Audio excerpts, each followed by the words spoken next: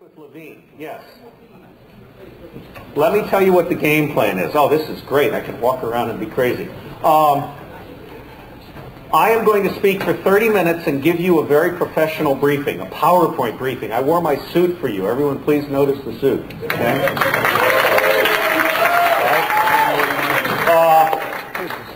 Yeah, something completely different.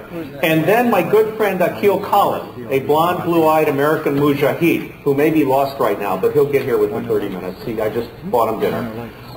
He will come in and he'll talk about his book, My Jihad.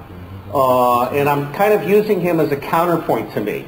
We also invited that Wired guy, McCullough, whatever, because he makes me look good. So I figured I'd have him as a discussant, and since we dissed each other last night, I thought it was a nice way of apologizing. Not that I need to, but I thought it was a nice way of apologizing. Okay, that's 7 to 8. From 8 to 9, I will then do the everything you ever wanted to know about spying but didn't know who to ask. I'm surprised you haven't had enough of me, but apparently this was pretty popular a couple of years ago when I did it. The original is also available on the web. I don't know the URL, but it's there. Now, from 9 to 10, you guys can do whatever you want. I'm going to go listen to Jello. All right? I'm not going to compete with him. And then from 10 to 12, I've invited Jello to come join me, and we'll answer questions about the state of the world, if you want. And that'll be kind of a cool counterpoint.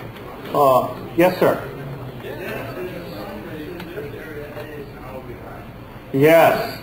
I don't know how we're going to do time warp management, but I'll be flexible. And this guy in the tux, who is, we should give him a hand.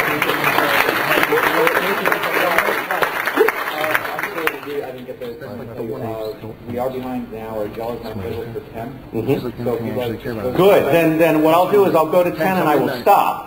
And we will all go listen to Jello, and after Jello, someone can buy me a drink. The guy in the black hat, okay? And I promised my wife I would be in bed by midnight, so this is, I'm hitting 50 this year. No. I know, 2 years ago, there were evil companions with a bathtub full of ice. Yeah, so we're going to have fun.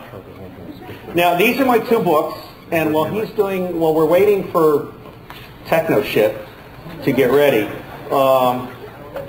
These are my 2 books. So we're going to hack Amazon.com, and here's how we're going to do it. In the next 3 days, I will watch the numbers of books that are sold. And for every book that is sold on Amazon.com, I will send Emmanuel a free copy. And so I'll take your word for it. Actually, he'll take your word for it. So you guys pair up. And maybe one of you buy one of these and one of you buy one of these, and I will send Emmanuel free copies that match those numbers so that you're getting it at 50%. But what you're doing is you're running my numbers on Amazon.com. Okay? So that's the hack. All right? I promise you, I will watch the numbers. I have this little, every publisher has this little thing, and I will ship him boxes of books. I figure only 10 of you will buy it. So this is not a big risk. But if you want it, it's kind of cool. Let me tell you what's good about these books. First off, you can download 1 chapter from each for free from OSS.net. The chapter that you can get from the first book is the President's chapter, Intelligence for Dummies, which is the 14 things he should have done after 9/11 but didn't. Washington is whitewashing our intelligence failure, our counterintelligence failure. And the chapter that you can get from this one, which I'll be talking about, is the 15th chapter on the new rules for the new craft of intelligence, which is basically open. I called this book Personal, Public, and Political because I've come to the conclusion that Washington will not reform itself until you make intelligence and counterintelligence personal, public, and political. In the age of distributed information, intelligence is too important to be left in the hands of a secret bureaucracy. Intelligence must be extended. The practice of intelligence, the proven good practice of intelligence must be extended to the state and local level, and we have to create what are called citizen intelligence Minutemen. And we have to create state and local communities of virtual intelligence and counterintelligence. Okay, so I hope we'll have fun tonight. I will be very professional about managing the time. So now that we know, it'll be 7 to 8 for me and Akil doing kind of structured briefs, and then it'll be 8 to 10 for kind of a free-for-all. I will not undress. I did think about changing clothes for the second session. And then we'll all go listen to Jello, which is always a treat. I come here to be refreshed. Do we not have? We don't have PowerPoint. We have text. All right, you're fired. I need a laptop with PowerPoint.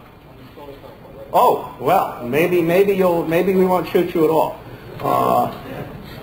Okay, so you're going to make this work? Yeah, I'm installing PowerPoint right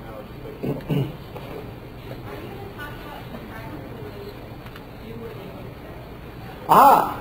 Thank you. Yes, we can do questions. I wrote 85% of the North Atlantic Treaty Organization Open Source Intelligence Handbook, which is available on my website. If you go to oss.net and you click on Open Archives and then click on White Papers, you can get the official North Atlantic Treaty Organization Open Source Intelligence White Book. By the way, blue shirts, I was promised a lot of water. I guess this is it. Okay. And what really troubles me is I have generals that say to me, why do I need open source intelligence? I've got an 11-year-old kid that uses the internet. Okay? I'll talk about that for just a couple minutes. Personally, I'm not a fan of Google. I like Copernic.com myself. It just works better for me. You can download it for free at www.copernic.com. And what I like about it, and I'm no expert, but what I like about it is not only does it a meta search engine that has a number of search engines, although not all of the best ones, but it remembers what you've seen. And so if you want to do the search again, then it just brings up the new stuff, except for the assholes that move the period back and forth. So that their stuff looks new. What? Can you spell the URL? Copernic. C-O-P-E-R-I-C. Copernic. Not Copernicus, but Copernic.com. That's a good starting point. But the other thing that I've found is doing internet searches is not that effective. There's the deep web, which everyone knows. Most of these search engines are less than 16% of what's out there. And so what you really end up having to do is create an internet table. I like the Word document table form, and over time what I do is I create a table that has the websites, and then I create a column for ranking.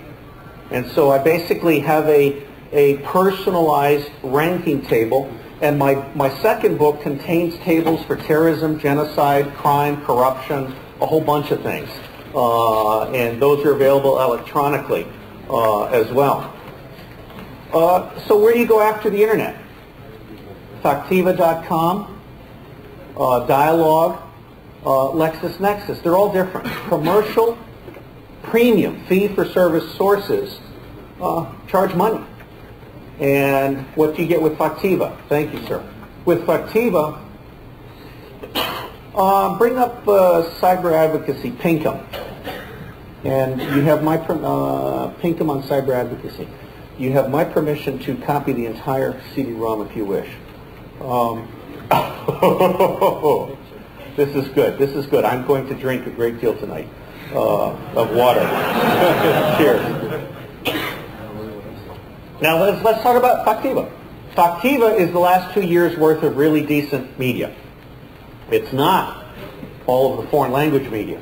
I have a tiny little company that has 2 contracts, both with the U.S. government, which allows me to play like this. I got a staff T-shirt as my payment. And one of the things we discovered, we went out and we identified 396 terrorist insurgent opposition websites. They actually exist. 396. That includes the media sites promoting them. In 29 languages. 29 languages. And you'll see this on a brief. CIA doesn't do 29 languages. Okay? We're talking Catalan, we're talking Urdu and Pashto and Dari and Farsi, Most of our embassy officers don't speak these languages at any level above where is the bathroom. Okay? And this is a really serious thing. Cyber advocacy. Okay. And so you have Factiva, that's 2 years. Then you have Dialogue. What does Dialogue have? Dialogue has dissertation abstracts. It has the Social Science Citation Index and the Science Citation Index. And I have a ranking protocol that allows me to identify the top 100 people in the world on any subject, period. So for example, I'll go in and I'll go into the Social Science Citation Index, I'll go into International Studies. Okay, put it on show. You can stay here, actually. I think you could be useful. Is that all right? Can I serve you a drink of water? Okay. Here you go. Okay. Thank you. And presto, I have the top 100 people in the world on Afghanistan, and only about 10% of them are Americans. But we don't talk to foreigners. Okay, so our government, I did my second graduate thesis on this, our government is operating on 2% of the available relevant foreign language information. 2%. 2%. This is scary shit. Okay, and then they also have conference proceedings. Most information is 10 years old when it's finally published. 10 years old. Okay? So conference proceedings is a really good way to kind of get ahead of the curve. And then, of course, you have LexisNexis, which has published records. All right, this is somebody else's brief, and if you'll forgive me, well, I'll tell you what, I'll point at you. Change it. Thank you. God bless you. Doug Pinkham, who I know from Boy Scouts, is the president of the Foundation for Public Affairs. Their website is www.pac.org. pac.org. It has an unfortunate association with Political Action Committee, but pac.org.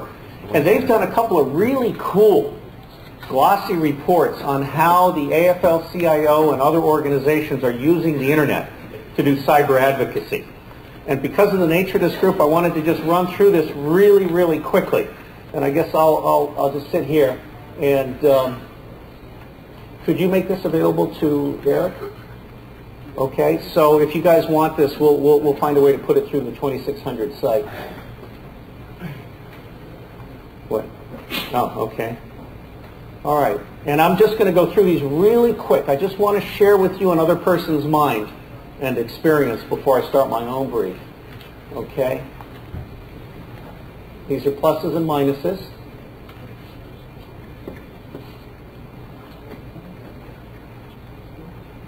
This is a cool brief.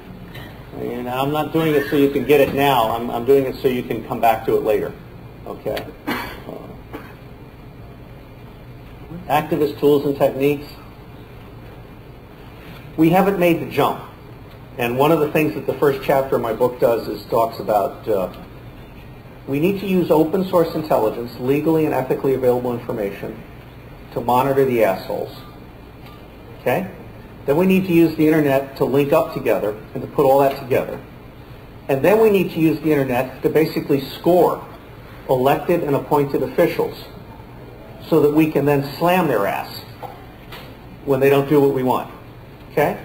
So we're talking here about taking back the power. This is really serious shit. And I'll talk about that in a minute.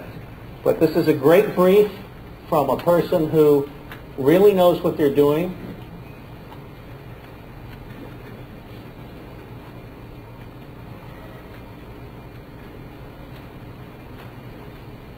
Okay, good. And here's the, did he not have the website? Okay, good. Now you know that brief exists. And you know that www.pac.org is a cool place to go so that you might have it. Okay, if you would bring up Steele. I'll give you guys my formal prepared brief.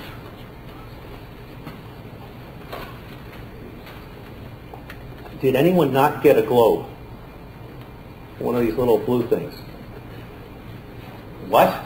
Well, then all those people, raise your hands and someone will hand you one. Okay, you with the 20, give them a globe. All right, everybody who didn't get a globe, raise your hand and we will unscrew this. That gentleman with the white shirt has generously handed some out. All right, that's pretty damn decent. Voluntary distributed stuff. I'm reading a lot of books on volunteers right now because volunteers are the future in a lot of ways. Okay, I'm going to do a brief here.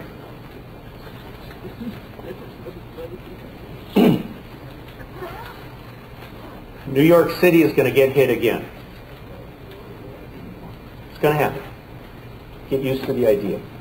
Because New York City, in the eyes and minds of billions of people overseas, including the 100,000 or so that are really pissed off at us and ready to do something about it, New York City is the eye of the storm for capitalism. There's a hand up there who doesn't have a globe. Okay, good. You're going to get hit again. 9/11 was an intelligence and counterintelligence failure of tremendous proportions. The first chapter in my second book talks about exactly what went wrong. My first book talks about all the things we knew were wrong 10 years ago that could have helped prevent it. Washington is whitewashing this failure. George Bush has a real serious problem with dealing with accountability. His basic attitude is lay no blame because I'd be fucked first. And let's talk about what to fix. I'm very concerned about that. Now let's talk about the real world. Could a blue shirt go out and look for a one-legged guy wearing shorts? Akil Collins is supposed to be right here, and he may be in the wrong room. He's got a buzz cut, and he's got a long red goatee, and he's got one leg. Oh, here he is. Okay. Welcome, H2K2.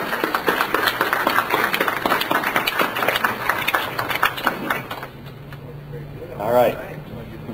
And he tells me there's nothing inside the leg, but I've got to believe he's got a comm suite in there. Okay. One of my favorite people. This is the real world.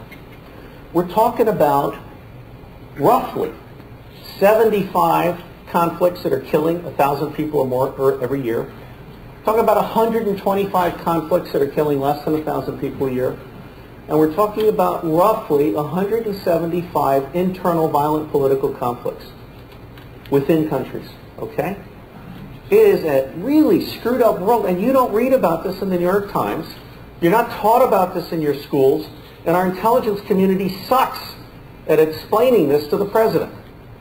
Okay, Gordon Naylor, who was a very top guy in national intelligence, once said, intelligence is remedial education for policymakers. Let me tell you something. Policymakers are very loosely educated. One of them brags about being a C-plus person. They're very loosely educated. They really don't know shit about the rest of the world. We have senators and congressmen that brag about not having passports because their constituents don't care about anything that happens in the rest of the world. Now, it's your job as citizen taxpayer voters to make sure that your congressman and your senator understands that the rest of the world really matters, because we're screwing it up big time. Okay, here's some of the numbers. 32 countries have what the United Nations quaintly calls complex emergencies. This is Akil is familiar with a number of them. There are millions of refugees displaced in 66 countries. And when you have refugees, you have crime, you have trade in women and children, you have fantastic disease, you have a lot of issues. There is famine in 33 countries. There are modern plagues in 59 countries and rising, including in the United States. Okay, our water security and our food security really stink. Stink. We don't have public health officials at the airports and ports now. We no longer screen incoming passengers. It takes 4 to 6 days to identify an Ebola outbreak in Africa, because most of the hospitals don't know what they're looking for, even in Africa.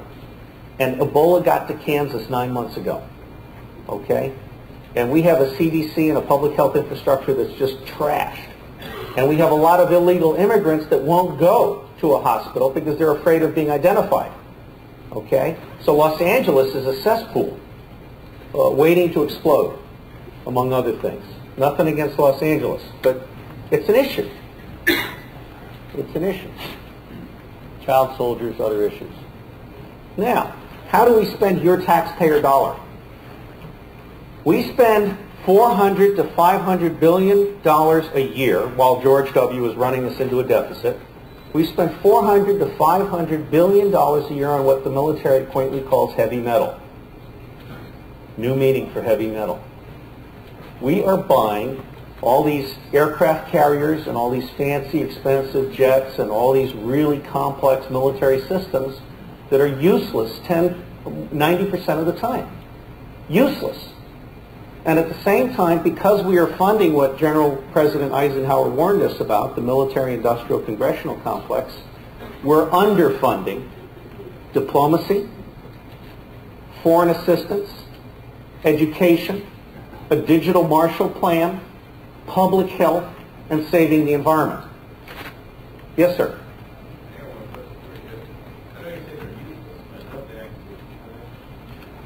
No, they don't, especially when you have suicidal martyrs. The question was, is the Pentagon a deterrent? No, the Pentagon is an incentive. Okay? You know, I got to tell you two things, and I did my first graduate thesis on predicting revolution. Number one, you got to have power that's actually relevant. Number two, you have to be willing to use that power in a thoughtful way, which we're incapable of. I mean, our government today is incapable of executing an informed foreign policy, which someone brought up yesterday. By the way, I invited that wire guy to be up here. I don't know if he's left town or still mad at me or whatever, but I did invite him to be up here, since Bruce Sterling is not here. I mean, Wired seems to turn them all into a certain kind of creature. Sorry, zing. When it doesn't have too much graphics. I'd cancel my Wired subscription at least once. Okay. So you have to have power that's relevant. You have to be willing to use that power in an informed way. And telling Iraq that we're going to bomb the shit out of them because Daddy didn't finish the job is not real smart. Okay? Because it gives Saddam Hussein a real incentive to fuck with us because we've just put his back against the wall. This is stupid. Stupid.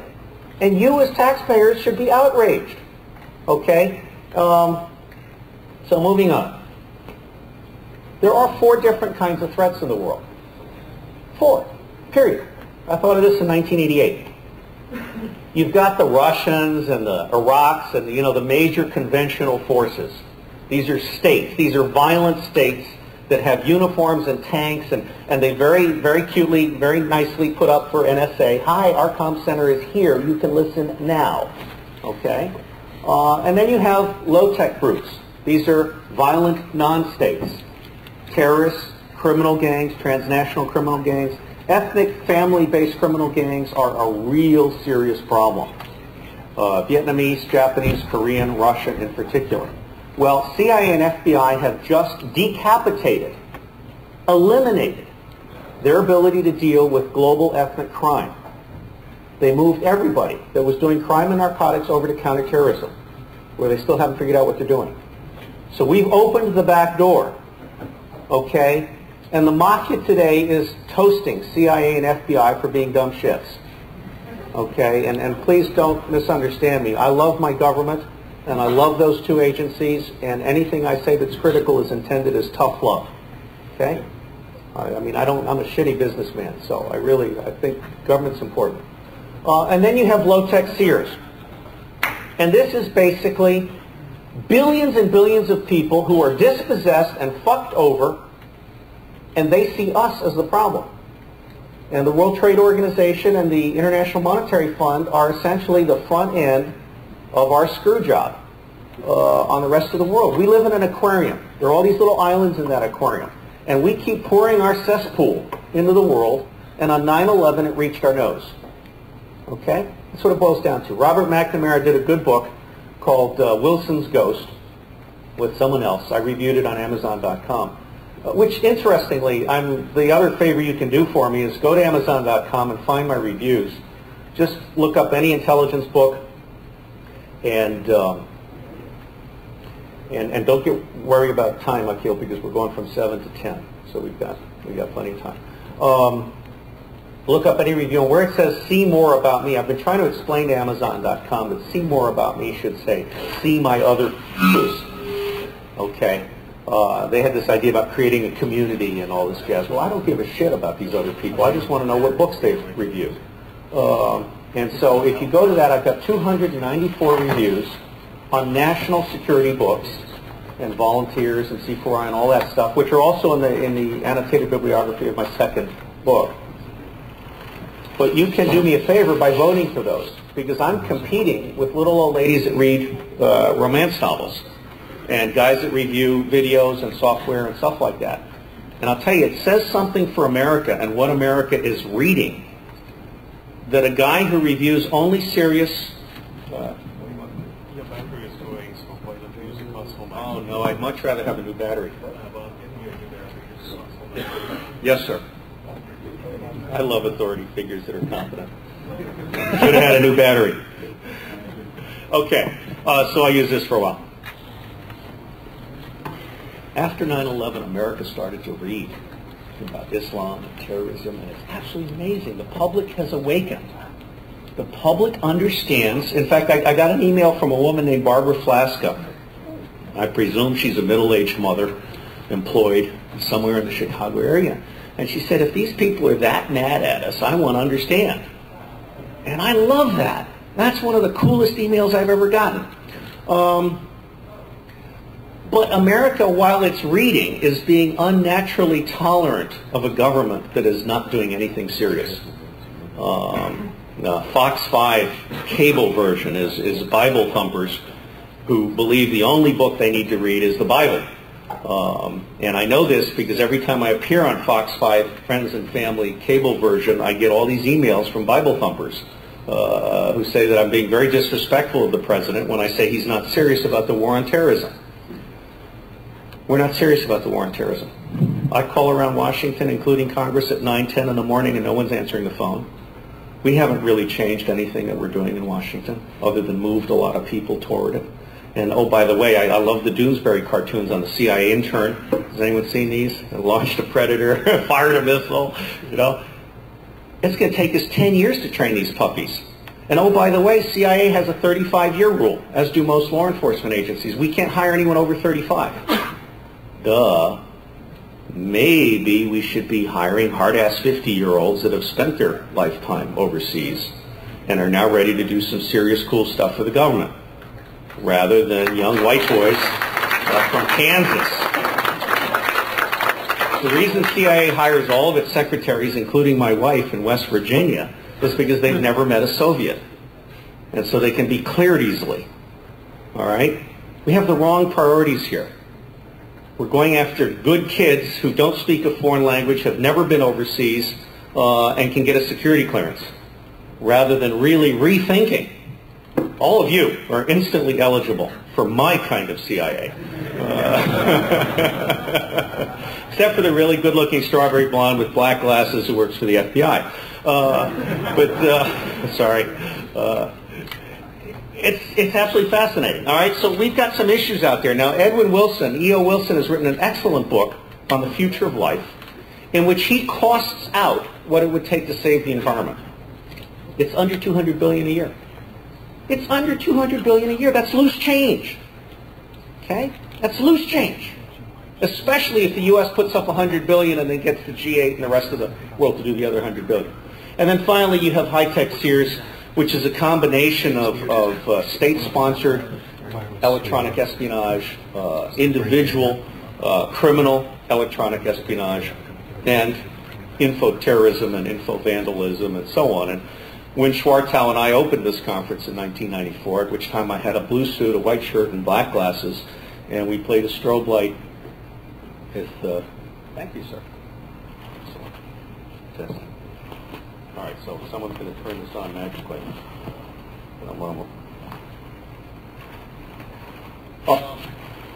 No, I told you guys in 1994 that you should publish a catalog of vulnerabilities. I mean, this group is as well qualified as any group I know to out the stupidity and criminal negligence of the communications and computing industry. And you didn't listen to me then, and I don't expect you to listen to me now. But I personally think that what the world needs is a really smart consumer reports that outs all the bugs at one place and really talks about this. And I also think we need a national law that requires that application program interfaces be standardized and transparent. Microsoft should not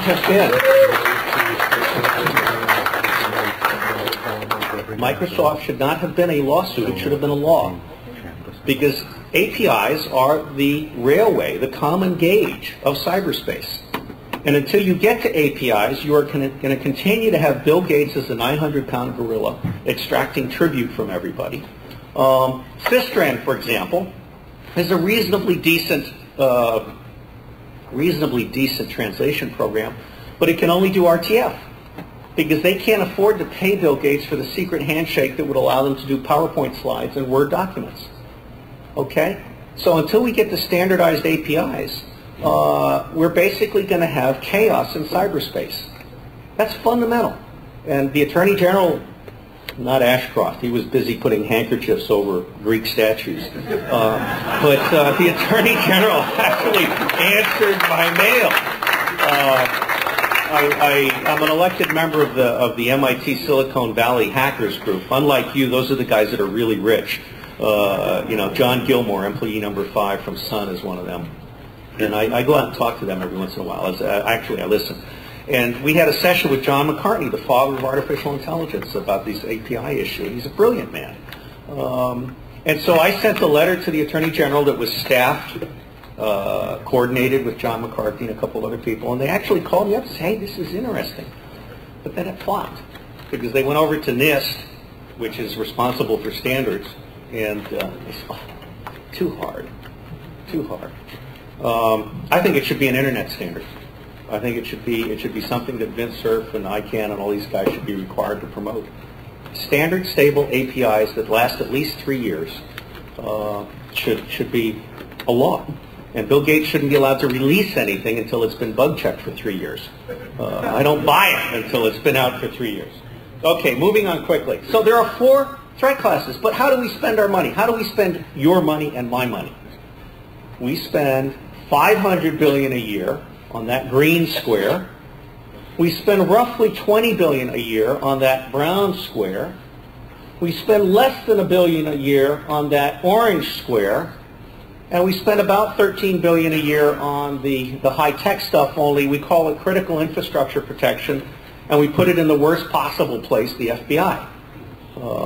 You know, Mike Vadas is a good man. He's spoken at my conference, but they don't know shit about technology. You know, these are the guys that have databases that can be searched one word at a time. Okay? Congress has given the FBI money for information technology repeatedly. And it has been constantly stolen by the managers who had higher priority executive trips and other things that needed funding. Okay?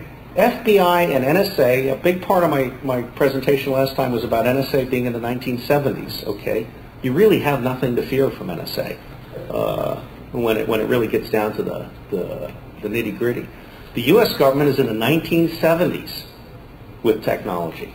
They can't talk among itself, and we're about to compound this problem because we're about to tell state and local governments, as well as NATO, that they have to buy in to this command, control, communications, and computing architecture that we have that is incredibly expensive and largely unaffordable by anybody, including the U.S. taxpayer. What we should be doing is migrating the security to the internet and making it software security based so that you can do come as you are, anyone can play ad hoc coalitions at any time. So what we're going to do is we're going to federalize security at the state and local level, which is a massive disaster. You can't do it. It's just pure dumb. Okay, 3 strategic scenarios very quickly, and then I'm almost winding up. What's going to happen in the next few years? Well, there's going to be massive boat lifts and illegal immigrant pushes. In Indonesia, mothers are throwing their children into the ocean in front of Australian naval ratings who are being ordered to stand fast because the mothers believe that throwing their children into the ocean in front of an Australian naval rating is that child's last hope for living.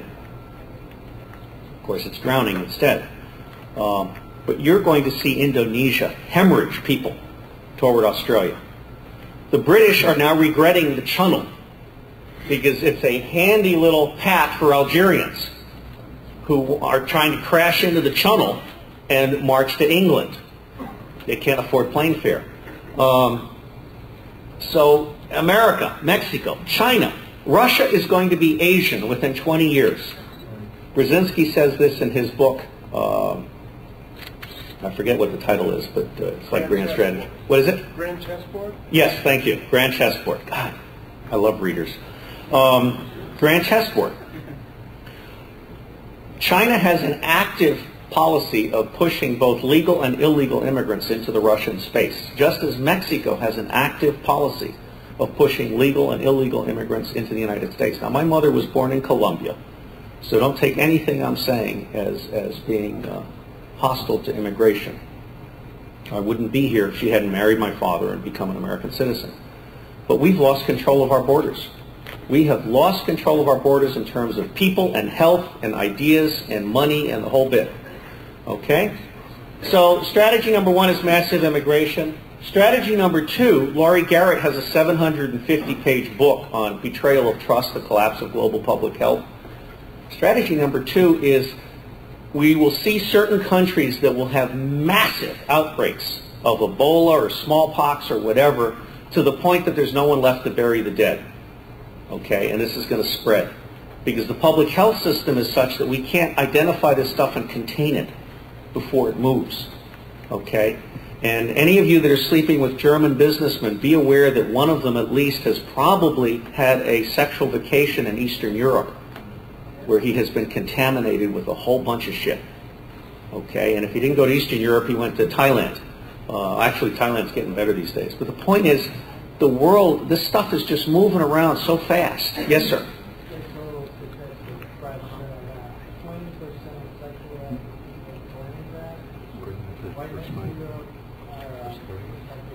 20% of sexually active people in Leningrad.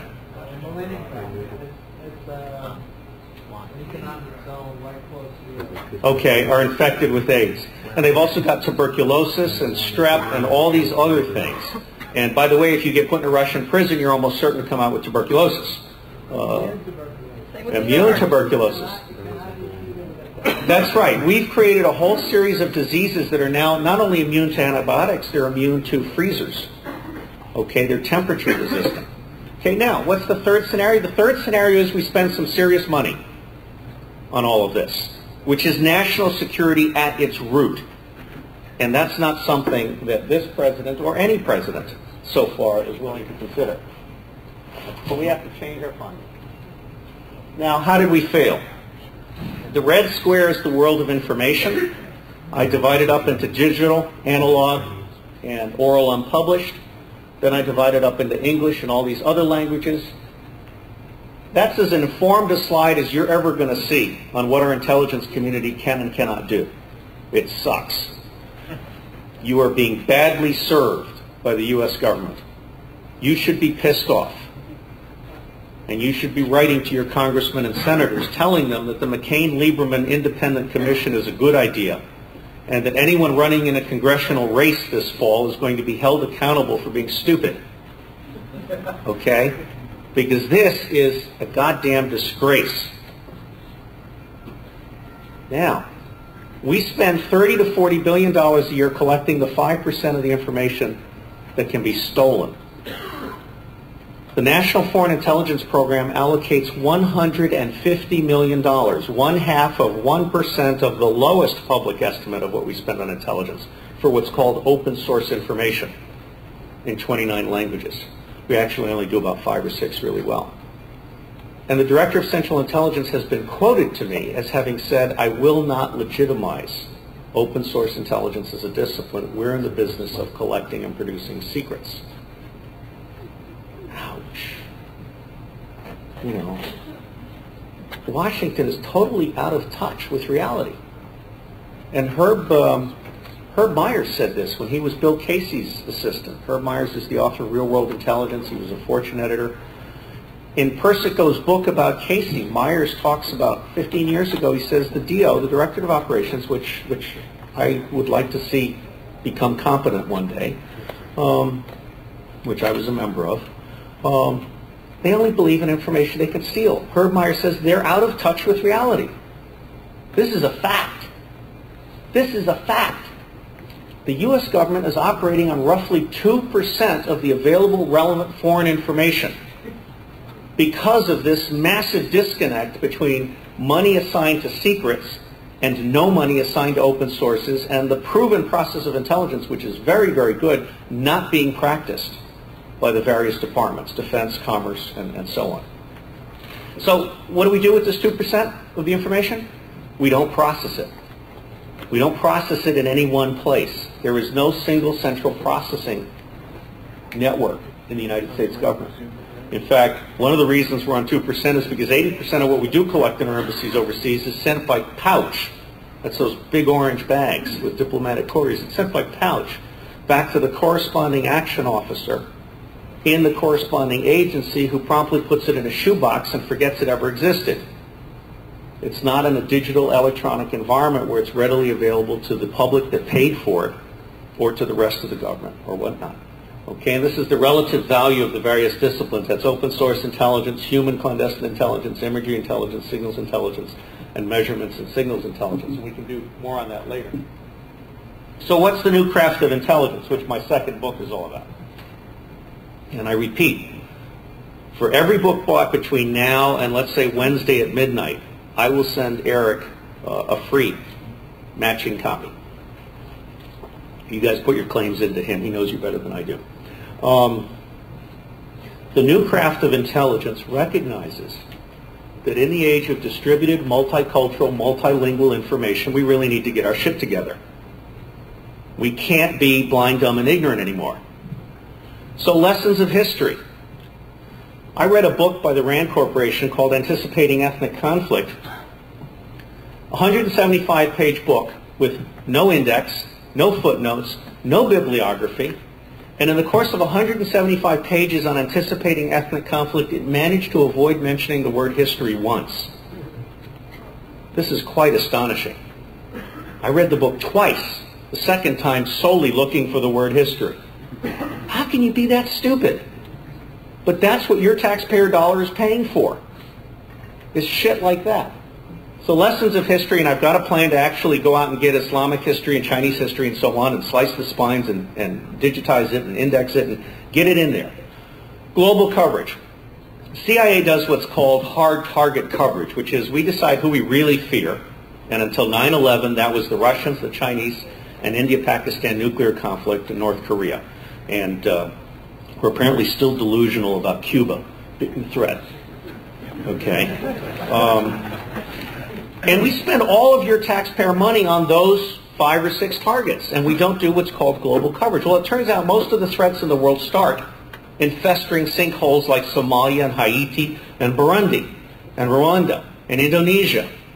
We don't spend serious money in those countries. Now, I don't think we can do that by ourselves, but what we can do is we can create a web-based distributed burden sharing system so that at a basic level we share with the Netherlands and other countries, Australia, England, and so on, an open source situation with universities and corporations and others participating. So you basically matrix out the whole thing, and every player takes one box, and that box then becomes part of a processed information commons. And I'll leave that for later after Akil has spoken. We have to harness the distributed intelligence of the United States, of each nation. One of the problems in Washington is we only talk to people with whom we have incestuous relationships that have established clearances. Think about that for a minute. All right? By and large, the people that are consulting to the intelligence community as well as to the rest of the government are good old boys with security clearances who have never been overseas or haven't been overseas in the last 20 years, haven't actually done original work in the language. We don't like academics because we think they're flaky. They don't like us because we want them to pass a lifestyle polygraph, and they have issues with that. So what we've done is we've cut ourselves off from everybody that knows anything. I mean, I'm leaning to hyperbole here to make a point, which is why I also wore a suit tonight, to make a point. By the way, this is a badge. You're all under arrest.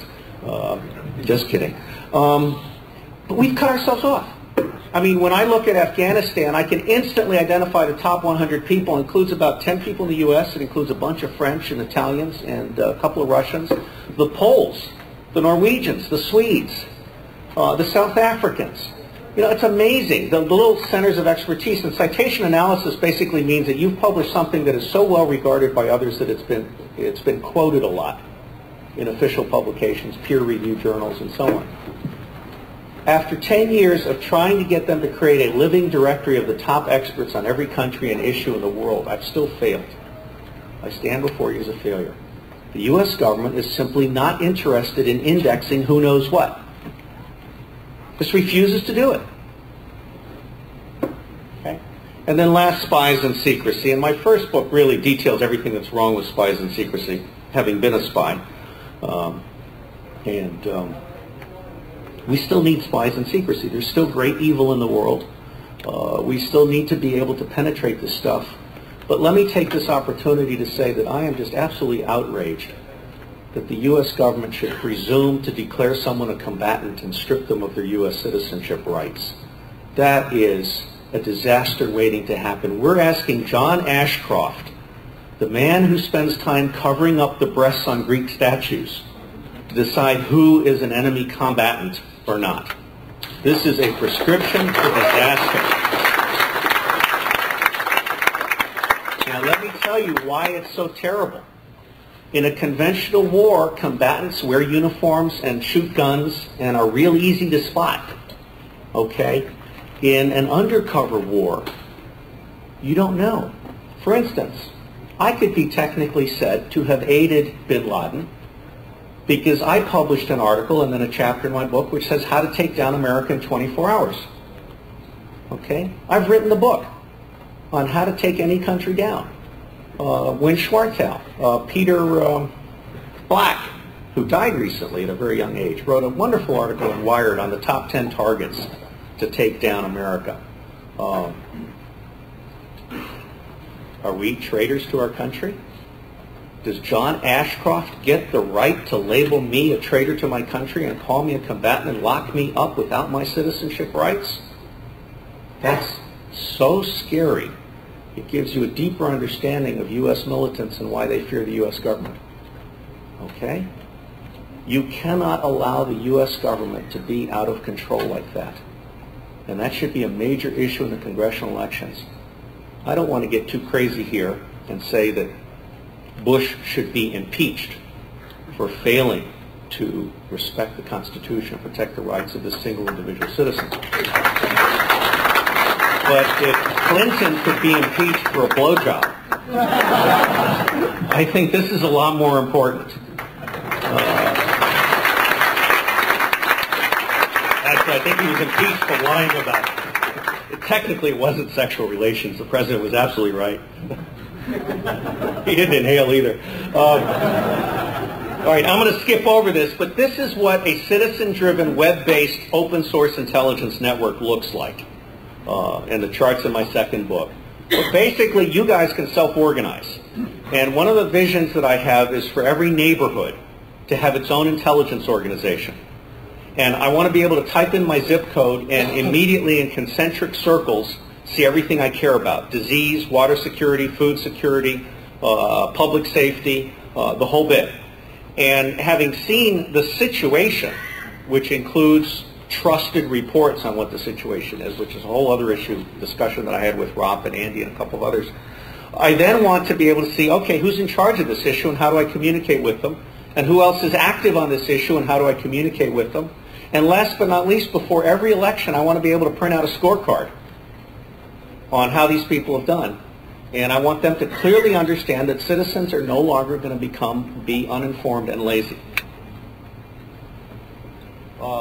This is actually a slide that's left over from my conference, but I've written the first 2 books on intelligence and the new craft of intelligence, and I've got another 8 books in planning, the first 3 of which now have, actually the first 4 of which now have guidance committees.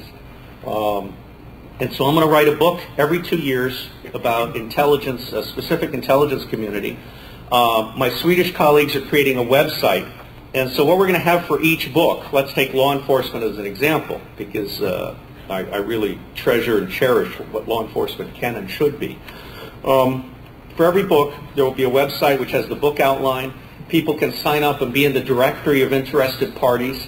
They can upload source material. They can actually put pointers to where in the book that's relevant. And then we'll have an expert forum, we'll have a virtual library, and so each of these books is intended to become a living community that then builds bridges to other living communities. Law enforcement intelligence does not talk to national intelligence. That's one of the problems. FBI managers refuse to let Agent Rowley talk to CIA. Okay? It's worse than that. CIA, and as Mike Levine said last night, the FBI and DEA don't talk to each other. The U.S. government is full of incestuous little fiefdoms that in their arrogance believe that they can protect their turf and sacrifice the interests of the U.S. taxpayer. And that's not the desire of the good, well-intentioned people that are actually employees in the U.S. government. That is managers who have been corrupted by power. I recommend to you Norman Cousins' book, The Pathology of Power. All right. That's the end of my structured brief. I hope it hasn't worn you down. What I want to do now is introduce Akil Collins, also known as Abu Mujahid. He has a book, and I and Robert Young Pelton have endorsed it. And what I want him to do for the next 20 or 30 minutes is talk about his perception of American intelligence and how it mishandled him, just like Mike Levine said last night. We mishandle people. And let's see what comes out of that. It's not pre-planned or structured or whatever. And then after that, we'll probably take a 5-minute break, and then we'll do kind of a free-form thing in terms of questions and answers and everything you ever wanted to know about spying but didn't know who to ask. So we'll go on. Please join me in welcoming Akil Collins.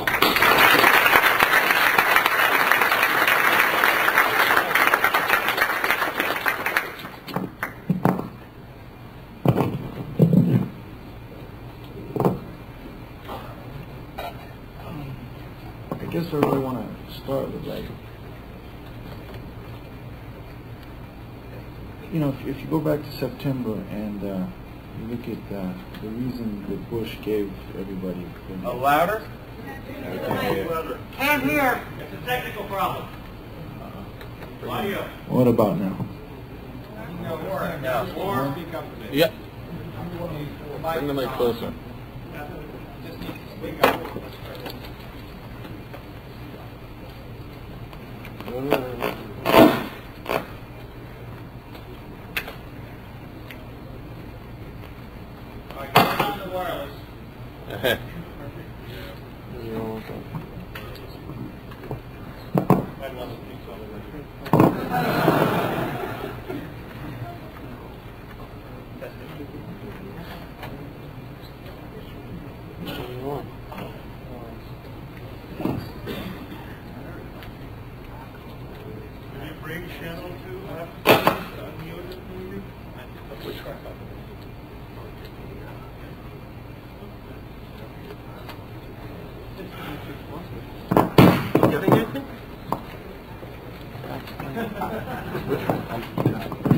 What about this one? There you go. Huh? So anyway, you know, when Bush tells everybody that the reason why people are angry with America or want to attack America is that, what was his exact words? They hate our value, democracy, free society, way of life, and, you know, all this stuff. You know, so that's to think that somebody out there in the world, you know, like they love oppression or something, that they want to oppress themselves, as if there's a group of people who sit around coming up with ideas of how can they take away each other's freedom. I mean, there's a lot of weird people in the world, and they have like a lot of weird ideas, and they go about doing things differently. But in the end, I think all of them, whether they're a socialist, an Islamic rebel, a communist, or whatever, you know, they want freedom for their family. They just want to be able to, you know, get along in the world. Now, that's not making excuses for terrorism, but if you don't understand what causes people to want to blow things up, to want to attack other people, then how can you fight it?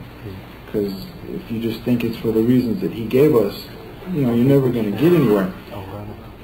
And I guess if they hate America for all of these reasons, then how come, you know, Britain isn't being attacked, France, Australia, and all these other countries that are also free, supposedly democratic, and all of these other things.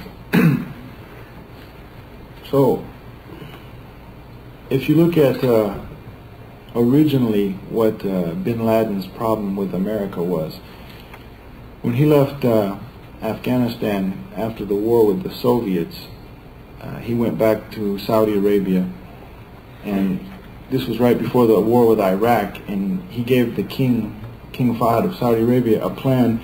He said, look, you know, you guys don't need America's help. We've got enough combat veterans and enough equipment and stuff to defend Saudi against Iraq or whatever. Anyway, the king told him to take a hike, and that he wanted to get America involved. So anyway, bin Laden left and he went to Sudan, and that's when all of a sudden he started becoming a terrorist. Up until this point, he hadn't blown anything up, he hadn't like attacked anybody or anything like that. And then after Sudan, he ended up in Afghanistan, and that's when that's when the embassy started being bombed, the towers in Saudi, the warship, the USS Cole in Yemen, and all these things. So, you know, he it just seems to me like he didn't originally have a problem with America. He used to be on a CIA payroll, for God's sake, you know. And then he ends up as a terrorist. Now, of course, he's committed acts of terrorism, but, you know, why did he start doing these things? Did he really have to start doing them? And today, in my hotel room, they had a thing on the Discovery Channel about the guy Kanzi, who was out front of the CIA headquarters that started shooting people, and they said it almost as if they found it an odd idea that he had a lot of the same grievances that bin Laden has and that other radicals have with America. And, well, that's my point, that a lot of people from different backgrounds, different countries, have the same grievances with America. And then they had a guy on there, an American, I don't know, prosecutor or government employee, who said, quote, "The message that we're going to send people who kill Americans is that we're going to come after you." Well, that's fine, you know, I don't expect anything different, but my question is, so when America kills other people, whether through bombs or assassinations or whatever, then what? You know, these people don't have a right to feel the same way. He's saying it, I'm going to come after you because you kill American people. Well, you know, the family of 25 people who was just killed at an Afghan wedding, you know, don't their family members feel the same way? We're going to come after you. So, you know, this isn't taking sides. One side is wrong, one side is right. It's just an idea that, you know, you kill somebody's family and they get angry with you. I'm making some.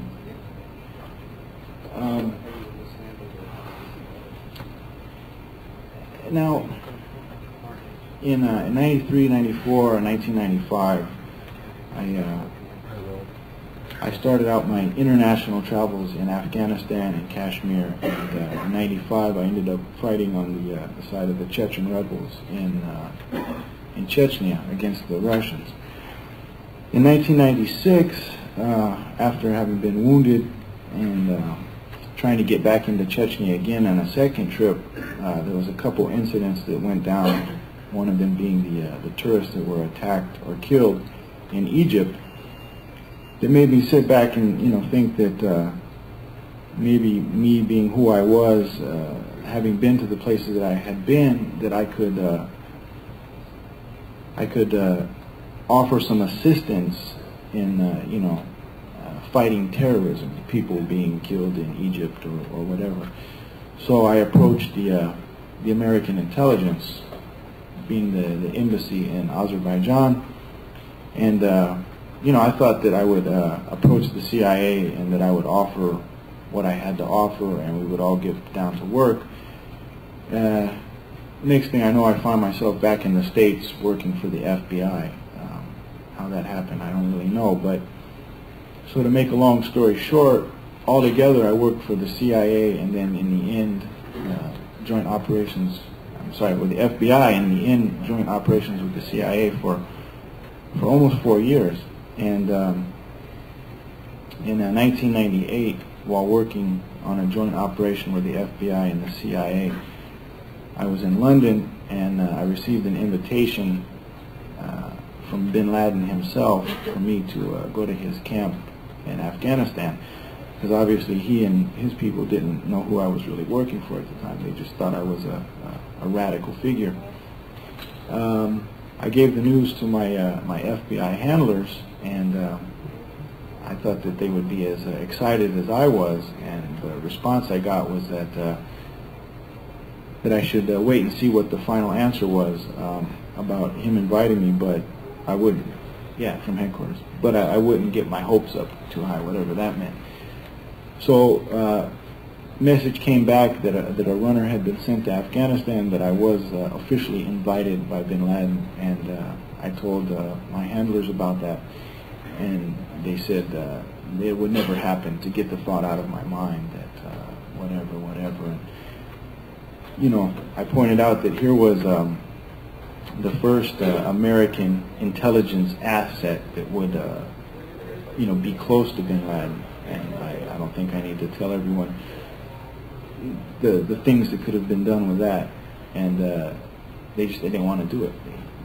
Why? Everyone asked me why. And I wish I had an answer, because it doesn't make any sense to me.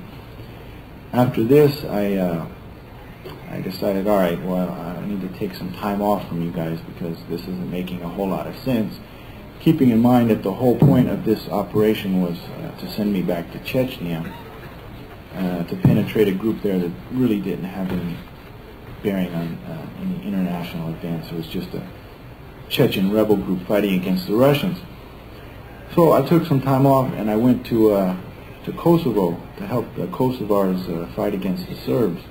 And before getting there, I was arrested by Albanian intelligence, and it turned out that they had some information that I was involved in the Nairobi bombing, the embassy that was bombed in Nairobi. This embassy bombing took place, I think, as I was traveling to Kosovo or Albania from London. So, needless to say, I was working for the FBI at the time, and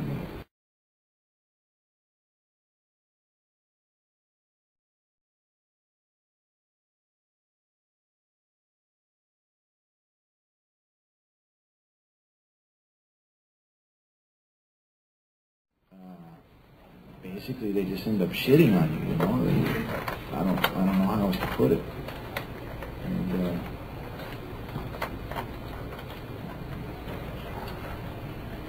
can we turn this back on? Testing 1, 2, 3. I'll make a couple of comments to put Akil in context. First off, I supported his book, and I'll read you the blurb that I put on the back of the book. This is a moving, detailed, bird's-eye view of both the realities of global conflicts in which innocents are called terrorists, in other words, the Chechens. On Russian television, a few weeks ago, I was in Oxford, lecturing at Oxford, and I was with some very senior British intelligence officers, retired.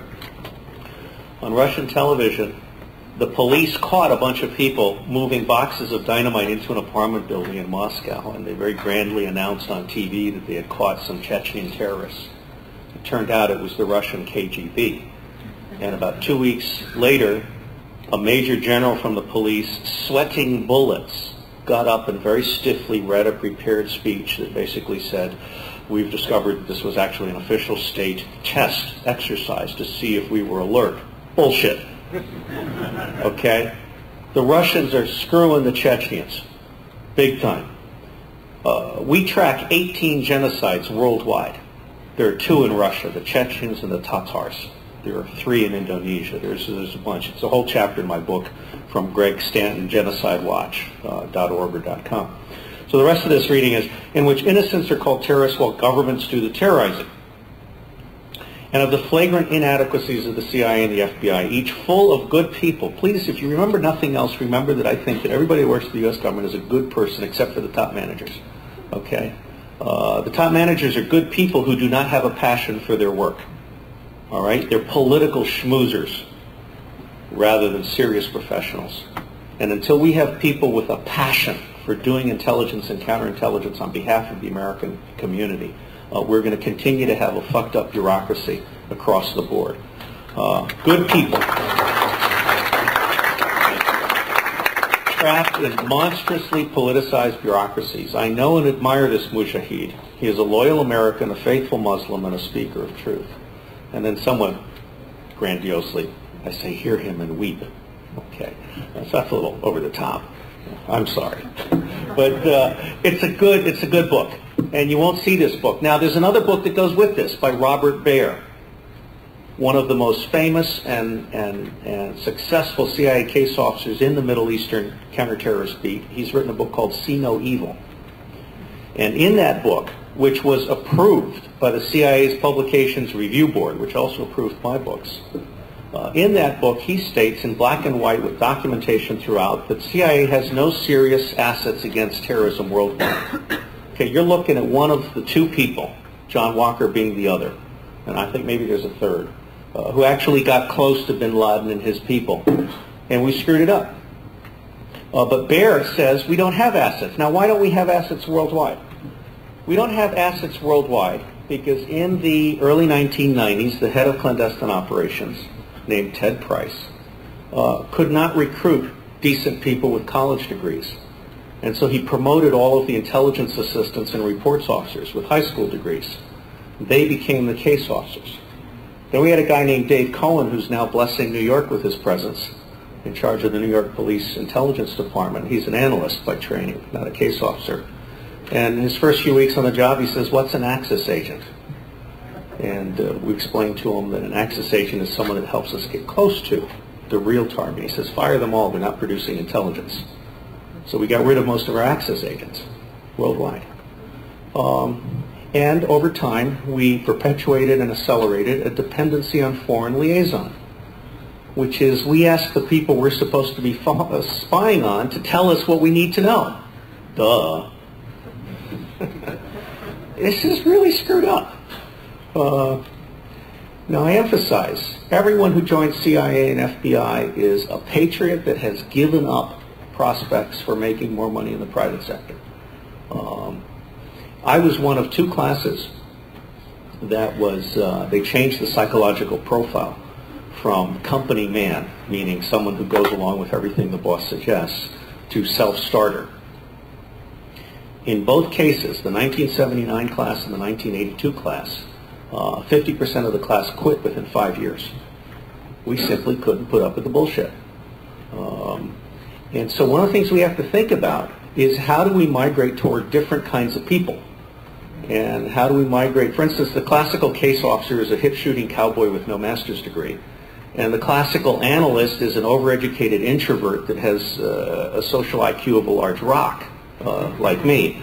And so these are the wrong kinds of people, because what you really need now today is you need a case officer who is very sensitive about dealing with people as multicultural, complex humans rather than slaves who are there for the $1,000 a month or whatever.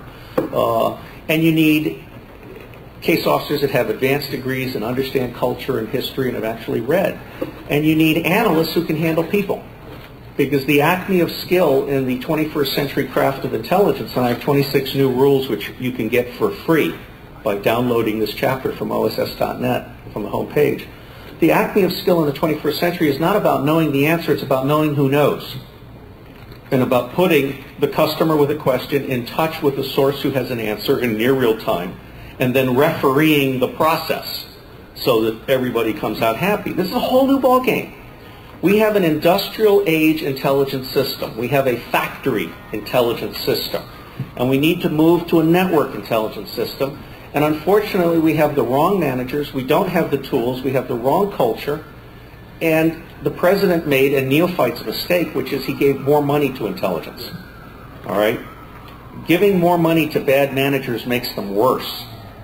It doesn't lead to effective trade-offs and changing the way you do business. And I had this discussion with Doug Smith, who's the deputy director of, was the deputy director of the National Imagery Mapping Agency. I said, Doug, what do we have to do to fix intelligence? He said, we got to cut the budget. I said, okay, how much do we have to cut the budget by? He said, 1/3. I said, how come? He said, because if you cut the budget by anything less than 1/3, they will continue to make changes on the margin. And they won't fundamentally rethink the way we do business in intelligence and counterintelligence. All right, so you, the American taxpayer, are being screwed because you have a government that doesn't have an effective intelligence or counterintelligence system. It doesn't have an effective diplomatic system. Doesn't have an effective foreign assistance system. And oh, by the way, we're giving more money to the same people that missed 9/11 in the first place, so they can do more of what they want. The Pentagon is about to spend $60 billion on more secret satellites that failed to catch 9/11 in the first place. The latest hot thing in the Pentagon is dragonflies and ants. Okay? Micro UAVs, micro unmanned aerial vehicles, little dragonflies that send little data streams back, and ants that crawl up your leg and tell you everything they ever wanted to know about you. Now, imagine that as a processing problem. Okay? That shit ain't going to get processed. All right? We don't process what we're getting today from main pipes. There's no way we're going to process all these little things in a coherent system. Because, among other things, NSA, which has a very good leader who's about to retire, I am going to very much miss Michael Hayden. But General Hayden heard me out when I said that NSA should become the National Processing Agency. That might frighten you a little bit, but there's actually a lot of common sense behind it. Because right now what happens is the U.S. government has all these bits of information, mostly in hard copy, and they don't come together anywhere. We're spending billions of dollars on collection, we're spending almost nothing on processing, and even less on analysis. So we got some issues. Akil, do you have any thoughts on what we should do different? Or if you were president for a day, how would you combat terrorism?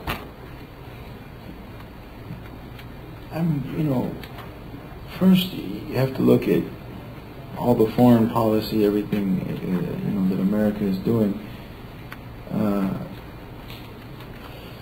Some of the things you could change, that would stop pissing people off. Other things, I understand America has to do some things to protect its own interests, to survive in the world. That's fine, but at least, be straight with people about that. If you're in this country over here and it's for oil, tell people it's for oil. Don't say it's for protecting democracy or stuff like that.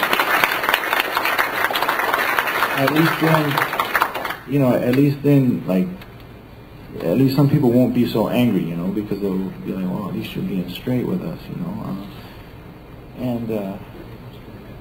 the other things, that there's some conflicts in the world that America is obviously backing one side when legally and morally they should not be backing one side. One side is basically committing genocide, is bulldozing homes and shooting preteen children in the head. You don't have to take the other party in the conflict there. You don't have to take their side either, but just stop backing one side over the other, and then you'll stop pissing everybody off. So, I don't know if that makes sense. Thank you. I don't pretend to understand the Israeli-Palestine conflict, but as a failed rationalist, when I look at Bush's statement on peace in Palestine and stuff like that, I basically say, come on. A serious person would have told the Israelis, look, we love you guys. We pay 17% of your national government budget. 17% of the Israeli government budget is paid for by the U.S. taxpayer. 17%. Okay? I said, got a simple message for you guys. I'm going to create a demilitarized zone, and I'm going to put $1 billion a year into reconstructing an independent Palestine state and creating a demilitarized zone. $1 billion a year effective today. And if you don't immediately pull back and turn those settler homes that are invasive over to the Palestinians, I'm going to cut you the fuck off. Okay?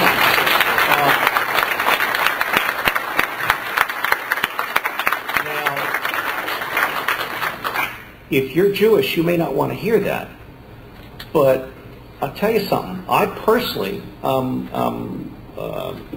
affiliated with the Jewish group that believes, there's one of them, that believes that we should be more sensible about this. We can't keep doing this. And Saudi Arabia is a despotic regime that is abusing and repressing its people. And Colombia, there's a wonderful little email going around in which the counter-narcotics campaign is actually basically a campaign to try and help the Colombian government eradicate the guerrillas. Well, guess what? The guerrillas are right on most counts, just like the Salvadorans were right on most counts with respect to land reform and so forth. I survived El Salvador.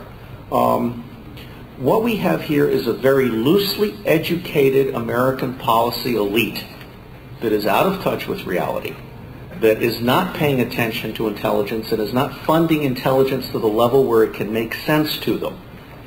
And we have a bunch of apathetic posers, you guys, who are not voting and orchestrating and organizing. Okay? Norman Cousins has a wonderful section in his book on the pathology of power in which he says governments are built to perceive small and intermediate truths. Only the people can perceive the greatest truths. And the greatest truth that we need to perceive today and educate our government on is that there are some really big problems that need a uniformed, consensual national response. And letting Halliburton make billions of dollars so that Cheney's stock options and escrow can go up is not a good idea. So I think right now the American taxpayer is being betrayed. Now let me say, let's have kind of an informal virtual break. Anybody who needs to go to the bathroom, whatever, do so. And we will now start with Akil's help, unless you want to leave. Okay, he's going to the bathroom. And by the way, if you'll notice, he's walking. Okay, that leg has room for all kinds of cool shit. But see how he wasn't willing to work with him on it. Look at all the space that's in there. All right, does anyone have a question about spine? All right.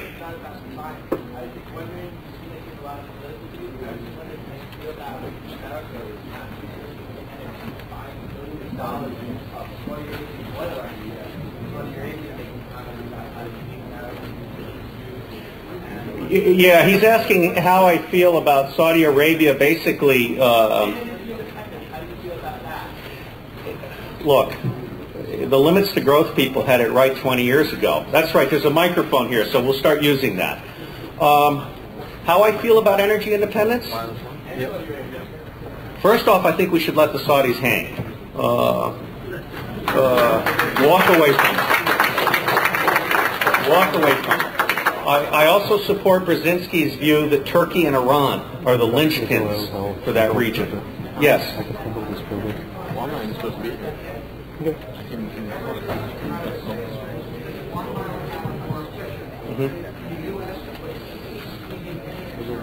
Yeah, well, I feel it's true. Among other things, there are fuel-efficient engines that are being locked up in patent protection in order to preserve the oil monopolies. Same thing with paint, polymer paints that are infinitely unscratchable. You know, there's a lot of this shit that's locked up. I think that knowledge that isn't used or put on the market within 3 to 7 years should become public domain knowledge. Okay.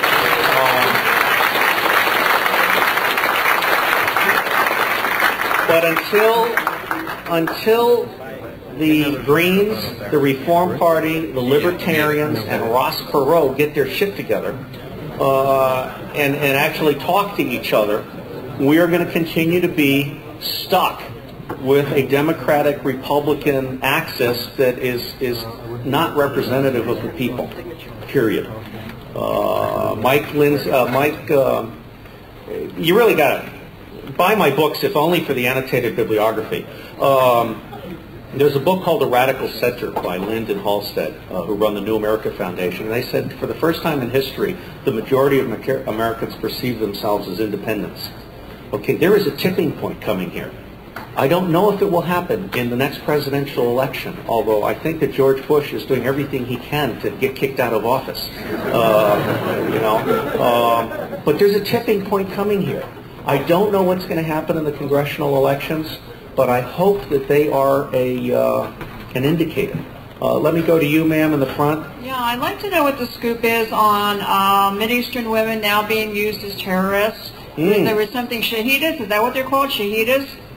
Well, and there was supposed to be a training camp even in Virginia. oh, I'm sorry, Jahid, let me make a sidestep. Maybe I missed He proposed, hang on, I'm going to answer your question. He proposed to the FBI that he set up a training camp for jihad in Arizona. And they blew him off. Well, on CNN today, the latest FBI alert is that they're planning to set up a training plant in Oregon. Okay? I mean, he was years ahead of his time. Because a training camp in Arizona would have been an absolutely super cool place to attract every guy you wanted to look at.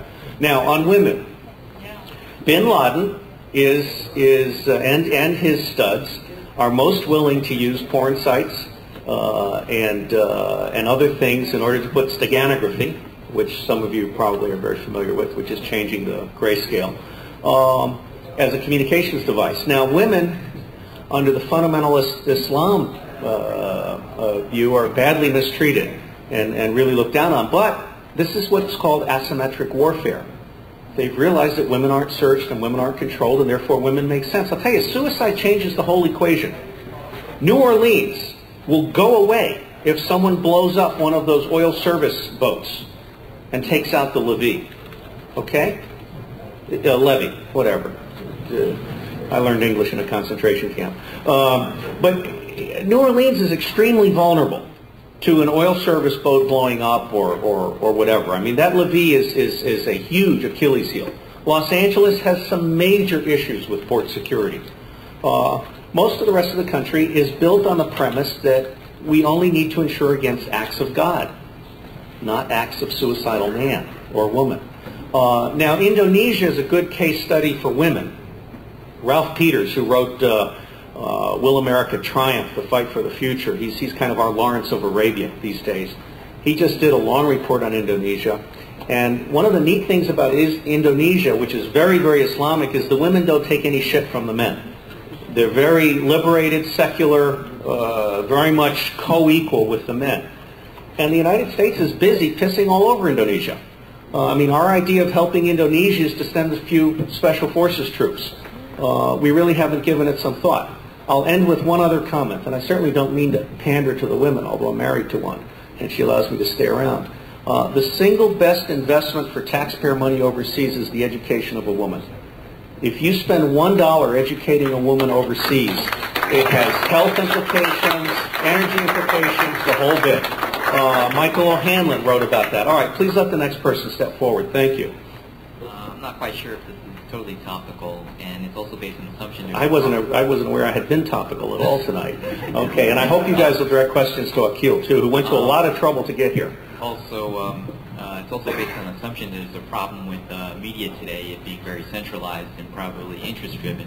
What would you recommend from to the general public or for small organizations to... Pirate radio, to begin with.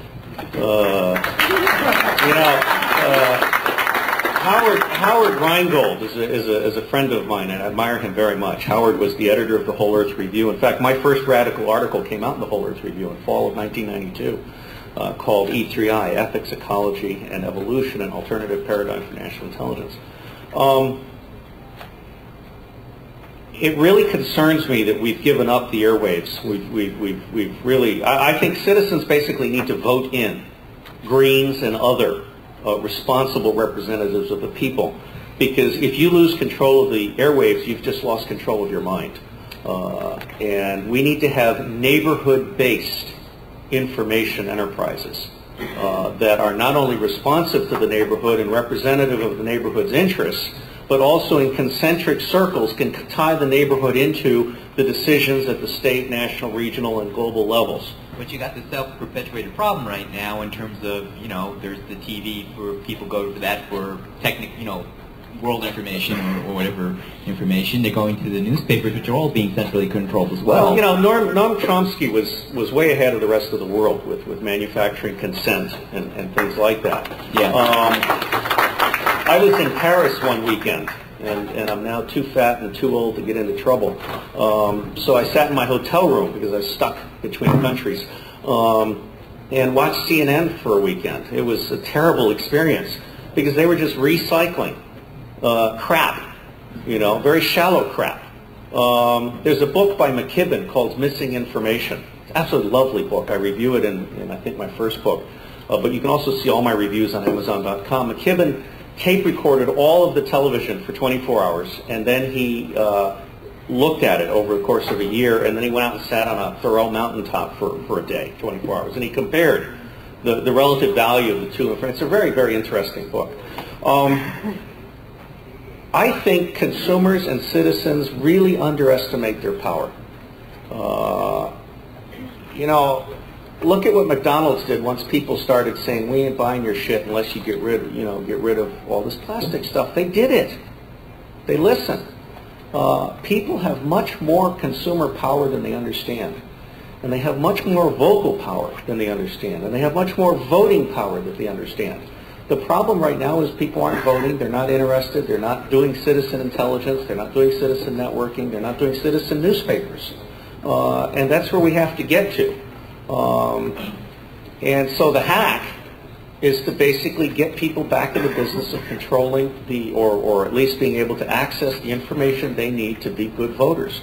I mean, one of the great things about America is that a vote can still trump corporate corruption. But you got to get out and vote. And I'm really concerned that the Greens will go with Nader again and will not do anything to do outreach to the Reform Party, to Pat Buchanan. I made a comment last night that I don't think any one president or any one party can run this country anymore. You actually have to announce a team approach. And so if I were Ralph Nader, I would get Pat Buchanan on board. I would get Colin Powell on board. And I would announce a team approach to governance.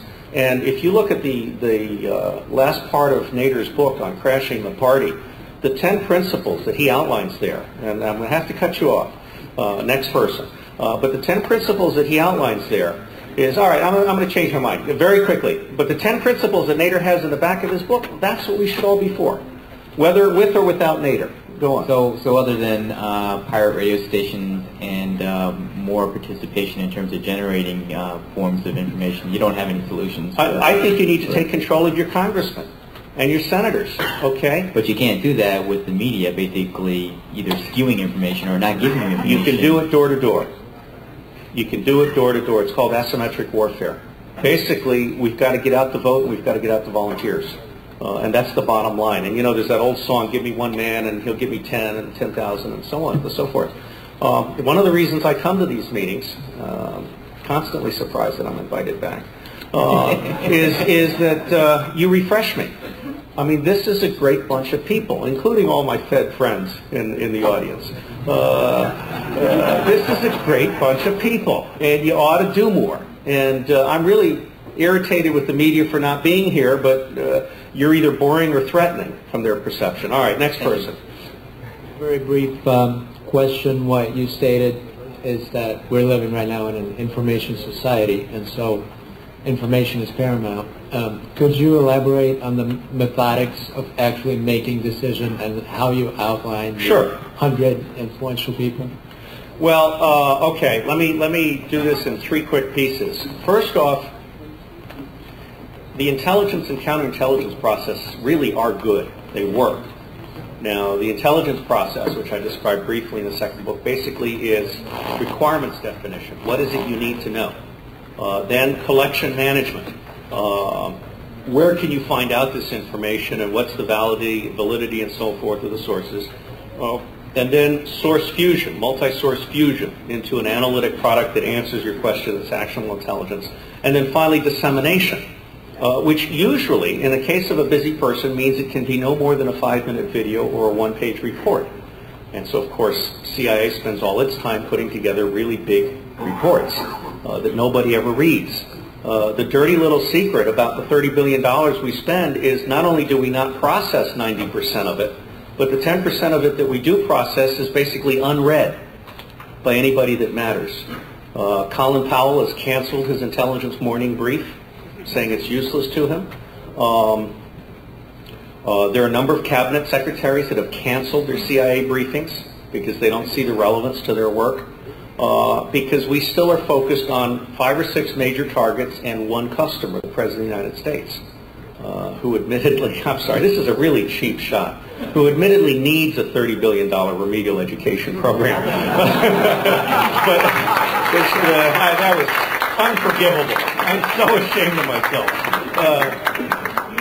But the intelligence process works, okay? Now, what passes for analysis today in the private sector really sucks.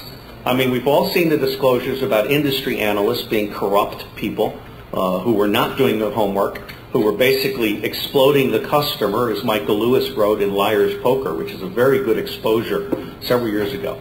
The intelligence process works. The counterintelligence process works if it's done properly. And one of the things that people don't understand about terrorism is that citizens are absolutely essential for counterterrorism.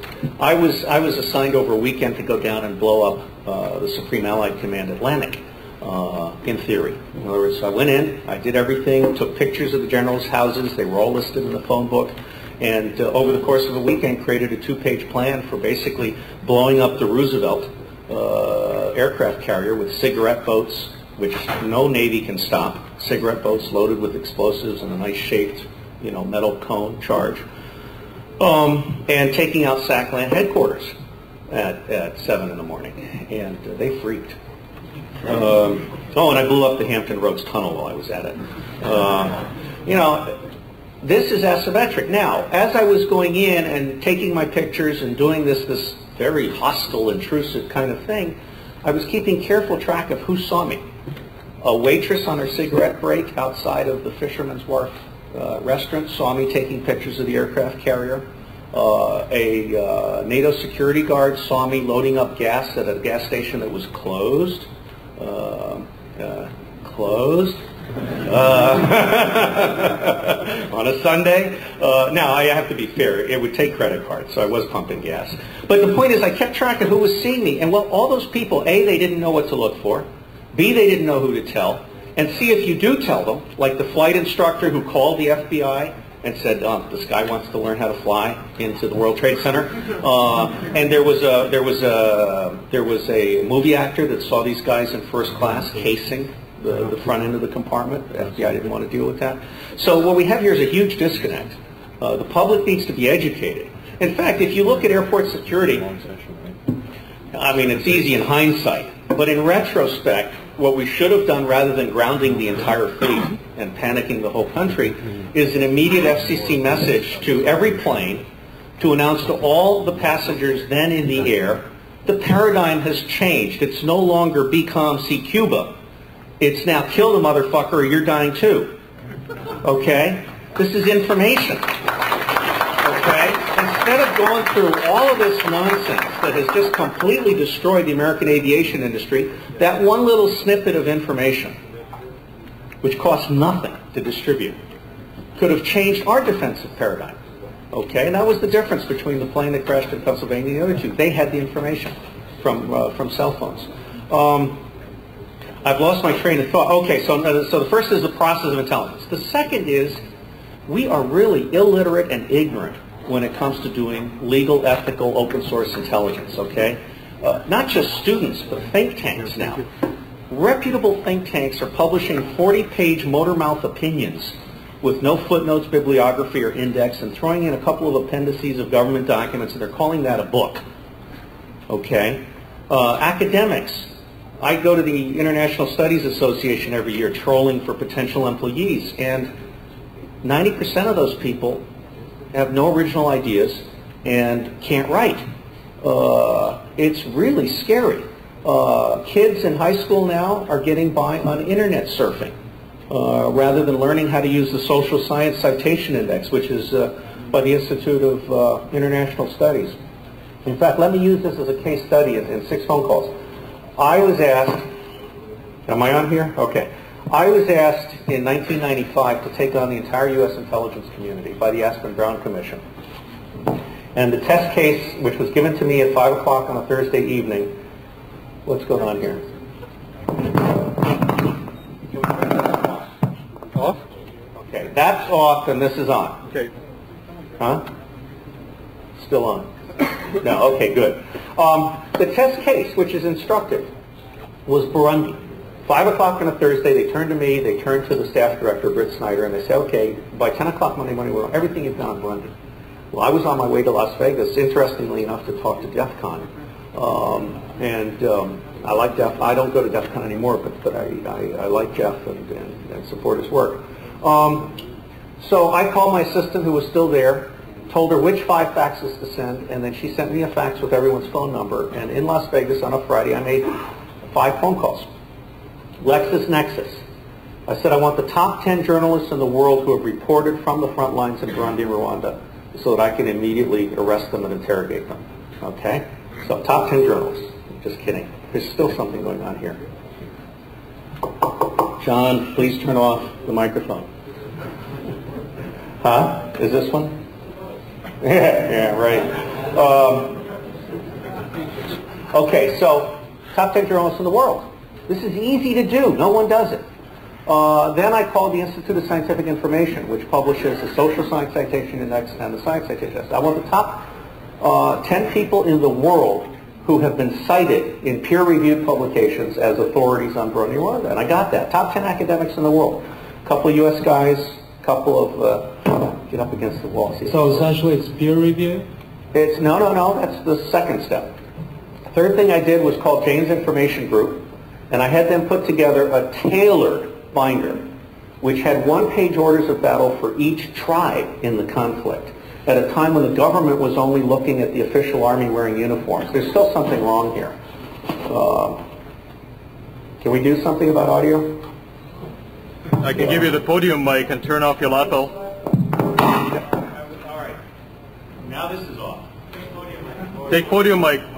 All right. That can follow instructions. Oh. All right. So Jane's did 1-page orders of battle and then also 1-paragraph prosthesis, right? Then I called Eastview Publications in Minnesota, and all these people are on my website in the open source marketplace, so you can go kind of browse.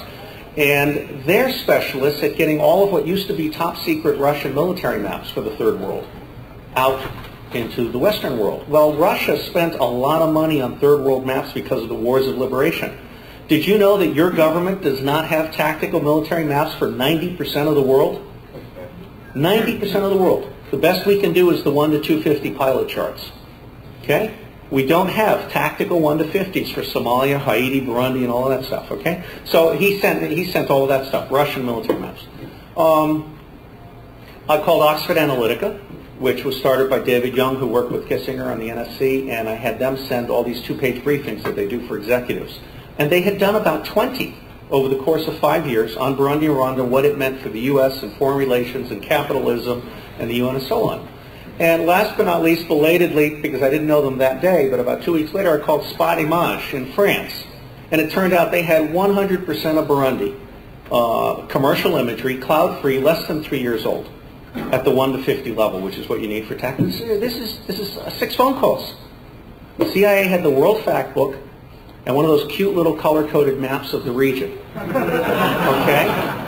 Now, no disrespect to my colleagues at CIA, because they're good people who are basically suffering under a monstrously tyrannical system that is seriously perverted in terms of its priorities and its methods and its views of what needs to be done for intelligence.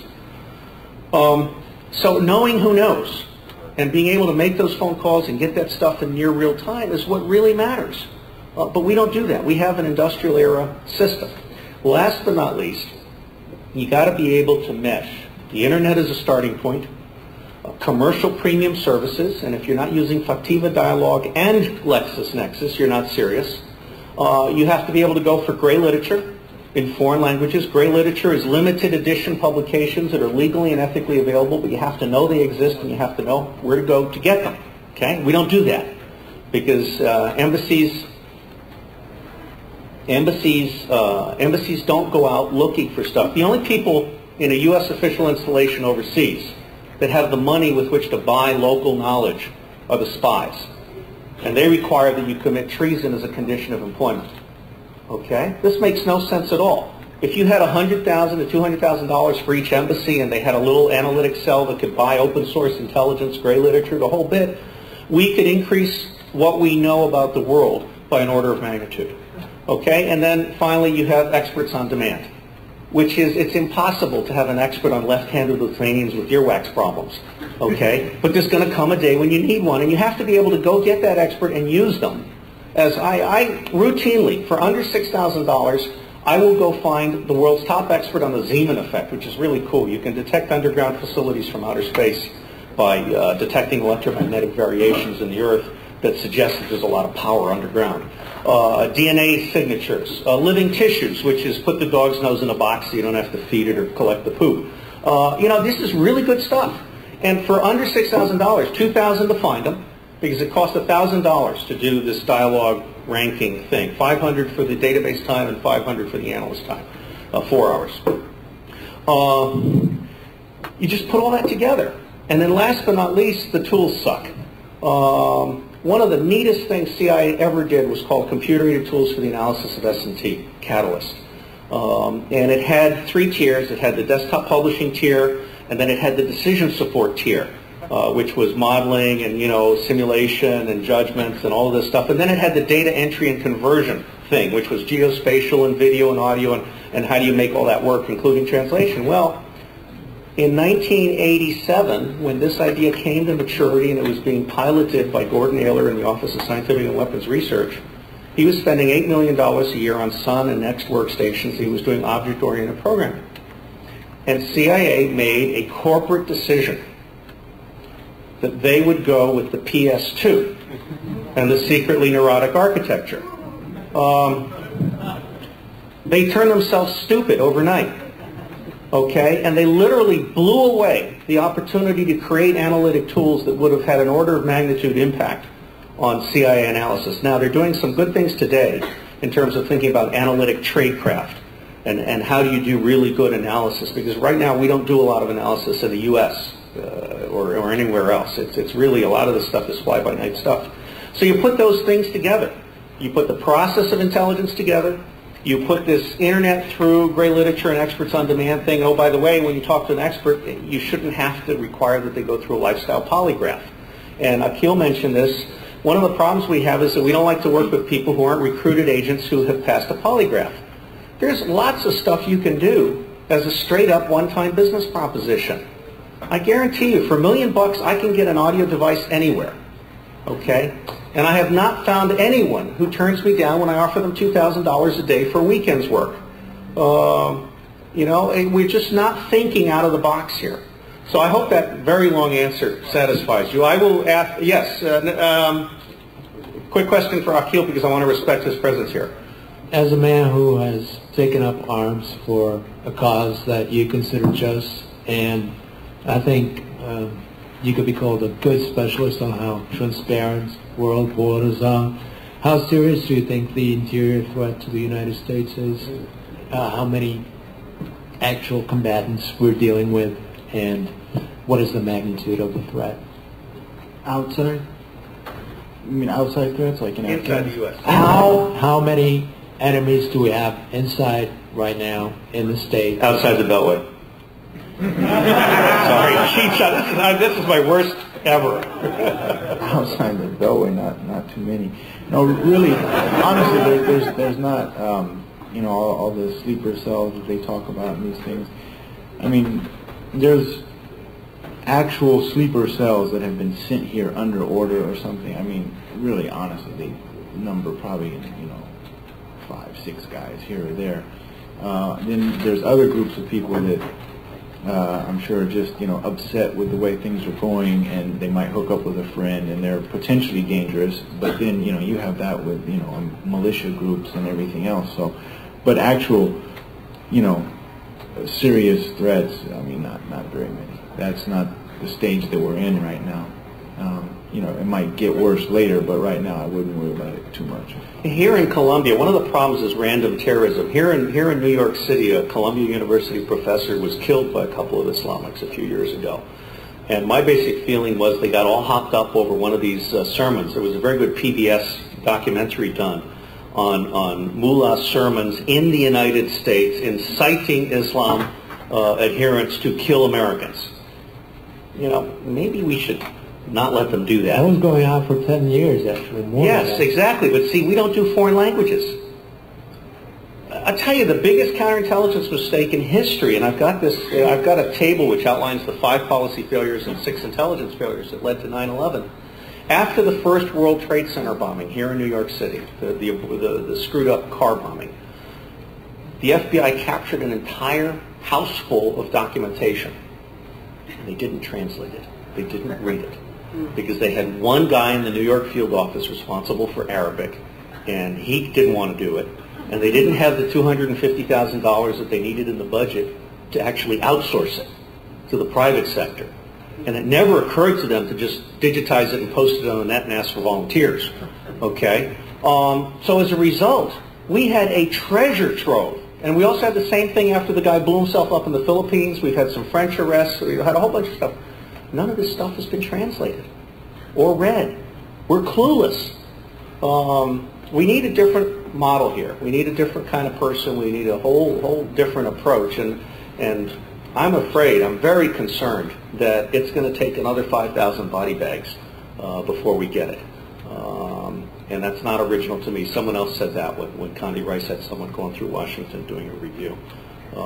We're in seriously deep shit because we're very, very vulnerable. Okay, next person. I have, I guess, a question for each of you, if possible.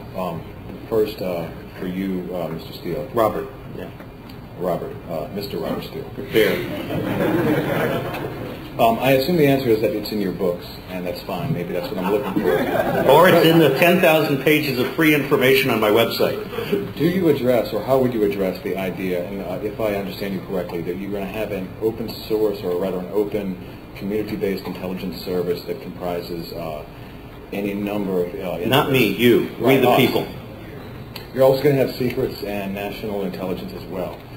Presumably there's going to be a border between where secret and public, open and closed is. Who arbitrates that border, and within the border of the secret and the closed, why won't there be the same problems that you elucidate, that you enumerate within the intelligence services today?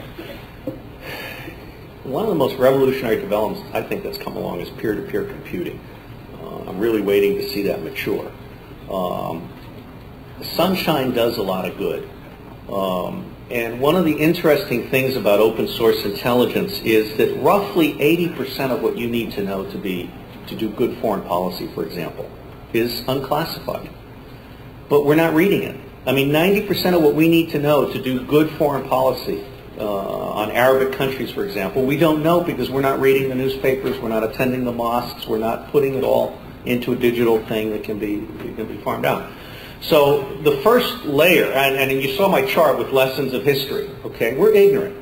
Dutch intelligence service is still talking about the young CIA analyst that came sweeping into Holland about 4 years ago.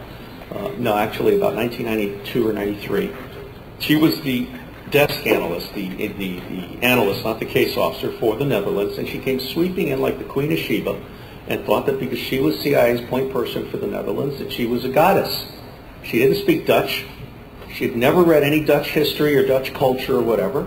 And in 15 minutes, they slammed the door on her. And they're still talking about it. We can't do that kind of stuff. We really have to get serious about the quality of personnel at the top. And that means you have to hire at mid-career. In my world, you don't get to touch secrets until you've proven that you're one of the top 10 Americans in that domain area. Okay, so you have to be a reputable top person on Somalia before I'll share secrets with you. But that's against the bureaucratic regulations which require that you be under 35. And not have ever lived next door to a communist. And not have lived next door to a communist or smoked dope or done any of those other things that we allow presidents but not employees to do. In fact, we've now had 2 druggy presidents. So I guess the standards are loosening. The key thing here is in a distributed intelligence system, all of the good that comes out of public scrutiny and public collaboration works. Now, Rob Gongrich and Andy Mueller just totally trashed my idea for a virtual intelligence community. Rob's the guy who does HackTech and Andy's the Chaos ICANN guy. I'm still waiting to see if he wears a suit to ICANN meetings. I'm sure he doesn't. But they said it'll never work because they're worried about deception. They're worried about false information. They're worried that, let's say we set up a working group on oil independence. They're worried that the oil companies will then flood that with information that will then create a distorted picture. I don't think that's a valid objection. I think that we're smart enough to have trusted moderators and distributed alternative competing viewpoints that ultimately coalesce. What we haven't done is we've got the World Wide Web virtual library, which is extremely rudimentary. And it focuses only on links, and you have to do the work.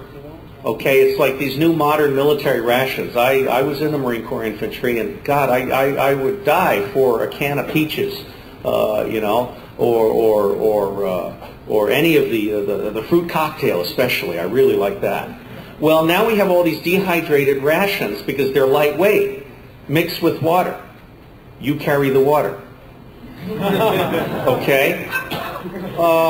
Same thing with the virtual, with the World Wide Web. Go after all these links, you have to do the reading. So what we have to do is create a public intelligence agency. We have to create a distributed virtual intelligence community where neighborhoods have their own trusted moderators and topics have their trusted masters. And you earn, you know, just like Amazon.com grading books, you have to earn different kinds of respect. And over time, I believe we can create, using the web, a distributed intelligence community so that when George Bush comes out and says something really, really dumb, there is an immediate response, which basically says this is the people's view, and it's communicated to these representatives. Now, the cyber advocacy brief that I recommended to you guys from Pinkham, from PAC.org, really talks about how some groups are starting to do this pretty well. AFL-CIO, the National Rifle Association, a few others. But what hasn't happened is no one has gotten it down to zip code specificity. And one of the reasons, and one of the most important new rules for intelligence is because none of our data has geospatial tags. We need an XML geo standard so that every data from any medium has a time and space identity, a time and place identity. Once you do that as a national or international standard, you immediately get to where you can say, show me everything there is about this square kilometer in this time frame. And then you can get to an analytical report, which is then validated by people who read it and have their own knowledge. And ultimately, you end up creating a citizens intelligence agency that uses legal and ethical sources and methods to arrive at informed judgments. And that also shares the burden. Okay? Did you have a question for him? I did. How the heck did you end up fighting for the Chechens? What's your background? How did it come about? Buy the book. Is that available still? I thought. Yes, it's on Amazon.com. Okay. Yeah. Thank you. It's a wonderful book, and I endorsed it because it's a wonderful book. Okay. Thanks. We'll get to every question, no matter how long it takes. You mentioned about the failure of the intelligence organizations in the U.S. taking advantage of all of the information and analyzing it. I was wondering, is there any organization that other countries, in Europe, in England, Israel, Egypt, any of these countries that we could look at as an example of how to do this right? Well, no one agency or country, was it you that sent me the email? No, okay, someone else sent me an email with William Sapphire's list of best dressed intelligence agencies. And so I've been thinking about this a little bit. No one community gets it right across the board. In fact, the Americans, people seem to forget, is the newest intelligence community in the world. Okay, we're the new guys on the block. The Brits do very good analysis. The Israelis do very good prisoner interrogation. The Israelis do very, very good. Well, actually, I don't think they torture as much as you might believe. I mean, they've got dumb soldiers just like we have dumb cops. But by and large, I think torture doesn't work.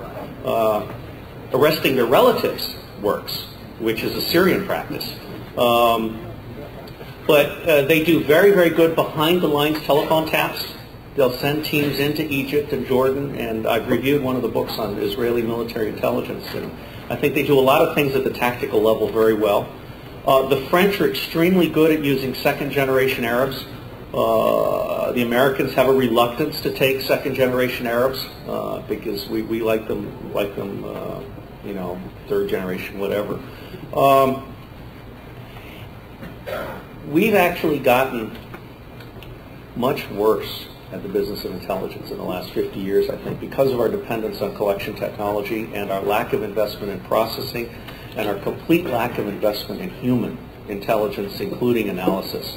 We've basically treated our people as interchangeable, expendable cogs in a much larger machine. And at the end of the day, the new craft of intelligence is about really smart, culturally tuned in, multilingual people that have their shit together. And unfortunately, the ones that we have are suppressed, repressed, exploited, abused.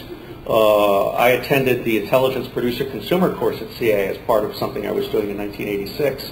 And I had analysts in a class complaining that if they read a book at their desk, they were considered to be slacking. They were only supposed to read secrets. Okay? So you have some real cultural issues. Now, there is a project taking shape that may receive funding from a New York foundation. And if anyone is interested in putting us in touch with other foundations or contributors, what we have in mind is precisely this. Going out to retired senior executives from the many foreign intelligence agencies around the world and asking them for success stories and asking them for specifics about what kinds of people really work best. I mean, Michael Levin is a good example of a good street guy who will absolutely never survive if he's required to work in Washington. I'm an example, the pseudoside of a failure. In terms of working with bureaucrats who want me to be stupid for most of the time, bosses who don't appreciate independence. And so over the course of the next 3 to 4 years, we're planning to basically create metrics for success in every aspect of collection, analysis, covert action, and counterintelligence, which includes counterterrorism. And we're going to publish those metrics, and we're going to create a congressional project. And then we're going to set about evaluating the United States intelligence community publicly against those metrics. And we are going to basically be a real pain in the ass for the next 10 years. And I'm looking forward to dedicating my next 10 years to that project and to the 8 books that I have planned. So there is hope. But I think one of the things, thank you, if I survive, one of the things that I think we need to do is create a public intelligence network that is very structured, although independent and distributed. I mean, you need to be able to have a reliable place where you can go to evaluate U.S. foreign policy and spending on Somalia or Chechnya or whatever. And one of the people, the other person that endorsed this book is Robert Young Pelton, who wrote the book, the guidebook, The World's Most Dangerous Places. One of the problems we have is that most embassies and most journalists are reporting third hand. They haven't actually been to the combat zone. They can't actually tell that the Chechens are being bombed into oblivion, having never done anything against the Russians. Okay? And so we have all this media distorted stuff. And so you end up actually having to move to where you have, I mean, I love this Nokia camera, you know, the cell phone with the camera. The day is going to come when every citizen is armed with a wireless camera, and shit's going to happen, and there's going to be a geospatial notice, and 100 Nokia cameras are going to be going, woo, you know, and then that's all going to be processed back into a pirate radio, a pirate TV thing, and what? Well, yeah, that's right. I mean, power to the people. Okay, technology can give you power. But couldn't one of the directory projects that already exist for the web be utilized for this as a basis for the intelligence? The short answer is yes, but the long answer is no, because everybody is still thinking in terms of connecting to text. And what I have found in 10 years is that the text is only the beginning. What you actually need is a weekly intelligence report on that topic that is kind of the standard. That's the global standard. And if you want to have your own intelligence report, that's fine. And over time, you guys can fight it out, and ultimately one will win. But that's only the beginning of the process. You then need distance learning modules, because when I look at professional email lists and stuff like that, for instance, the Society of Competitive Intelligence Professionals, skip.org, their forum consists of 90% of the people saying, hi, I'm new, how do I wipe my butt? And the 10% that actually know something have unsubscribed. So you need distance learning modules that raise the standard for being able to open your mouth. Okay. You need an expert forum that is moderated and could even be at multiple levels of classification. For example, I have a patent in progress for something that allows you to read a forum at whatever level you're cleared to. And your response then can go in at whatever level you want. It's actually kind of like color-coded. So, for example, if you're discussing arsenic in Bangladesh water, this is highly relevant to Coca-Cola. Okay? And so you could have the private sector discussing arsenic in Bangladesh water at the unclassified level, and then there could come in a classified report that says this is because there is a Russian toxic dumping program going on. And the point is, no expert should have to go to 16 different forums in order to grab the information at multiple levels of classification or multiple source sharing agreements. One of our biggest time wasters right now is we have bilateral agreements with everybody, and we don't have multilateral agreements.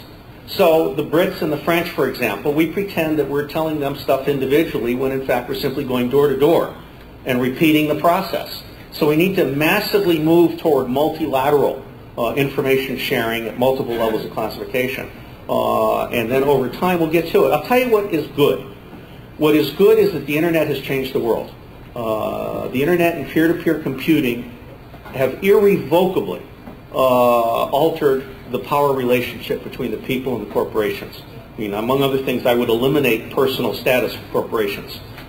They should not be treated as individuals. But we can do that. We can do that. And I believe that the United States of America is the place where it will happen. It's going to take 10 to 20 years. This is not an easy fight. This is a really long uphill battle. And while Lori Wallach is off managing riots in Seattle, I want to be working on a public intelligence agency that can actually out all these people in their own neighborhoods. Okay? I want to embarrass corporate executives in their own neighborhoods with direct mail to their neighbors. Okay? Telling the truth about what it is they're doing. All right, let's go on to someone else. Do you have anything you want to say? Yes, sir. Hello. My name is Jeffrey Smith, and I want to tell you that your talk here has been a breath of fresh air. As far as your associate here, I can just say to you this.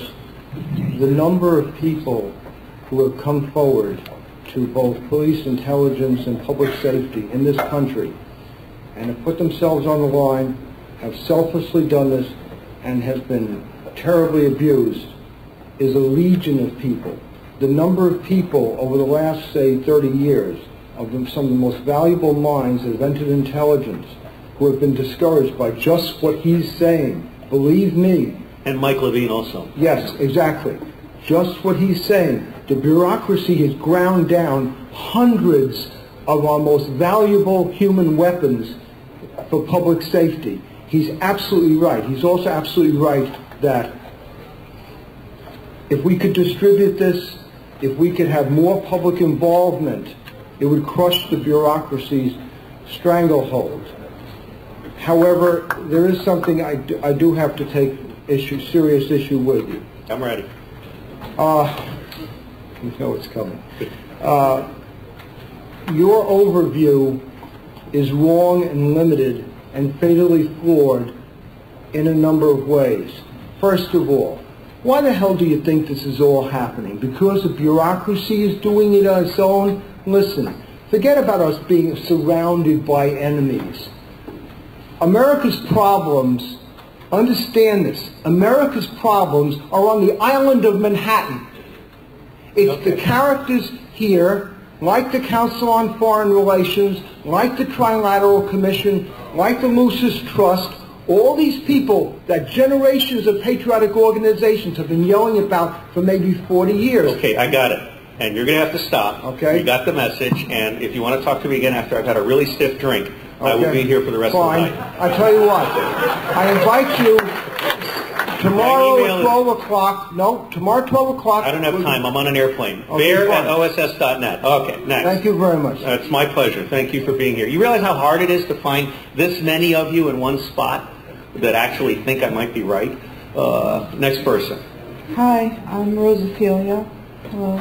Hi. Known as Big Bertha on Emmanuel's show. Sometimes I call in.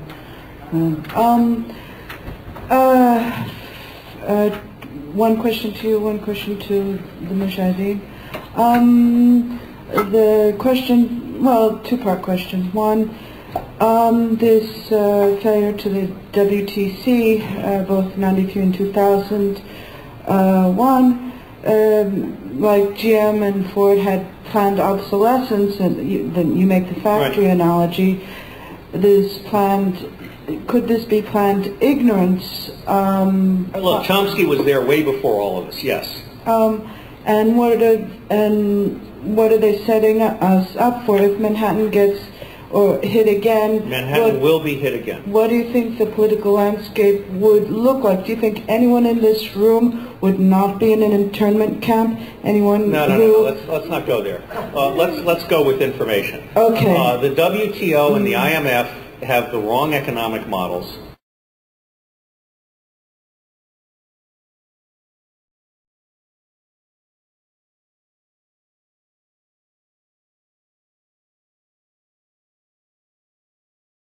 Generation computing project. I was the officer in charge of creating new advanced artificial intelligence applications for clandestine operations, and so I was looking at linking people in text, so that if you need someone, when you do an audio operation, you need a safe housekeeper, so that because you've got like a 200 to 500 meter path loss thing, so you got to have a receiver real close. So how do you identify a safe housekeeper who is known to someone who is known to someone who is known to someone who already works for you? In other words, how do you find a path between people? And I did all of this stuff. And I realized that the 5th generation project in Japan was worth penetrating. So I went to the Japanese desk in the DO and I said, hey, I've gotten real smart about computers and what's worth stealing and all of this stuff. I said, how about I learn Japanese and I go penetrate the 5th generation project? And they said, no, not interested. We really don't care about computers. Okay? I guarantee you Walker was not a CIA operation. Among other things, we don't like 18-year-olds with no college degree. I'm fairly certain he was, like my friend here, independently inspired. And so basically, I could go to Afghanistan now if I had the money and just try and join a terrorist group? You'd run the risk of, number one, being shot. Number two... Why wasn't he shot? Because he was for real. They're not stupid. He wasn't for... Wait a minute. How can they tell whether you're for real or not? You prove yourself. I mean, one of the problems we have is that we're not allowed to handle people who kill Americans, and one of the first tests for somebody is go kill an American. Show us you're serious. So basically, he killed an American. I'm not saying that. I'm not saying that.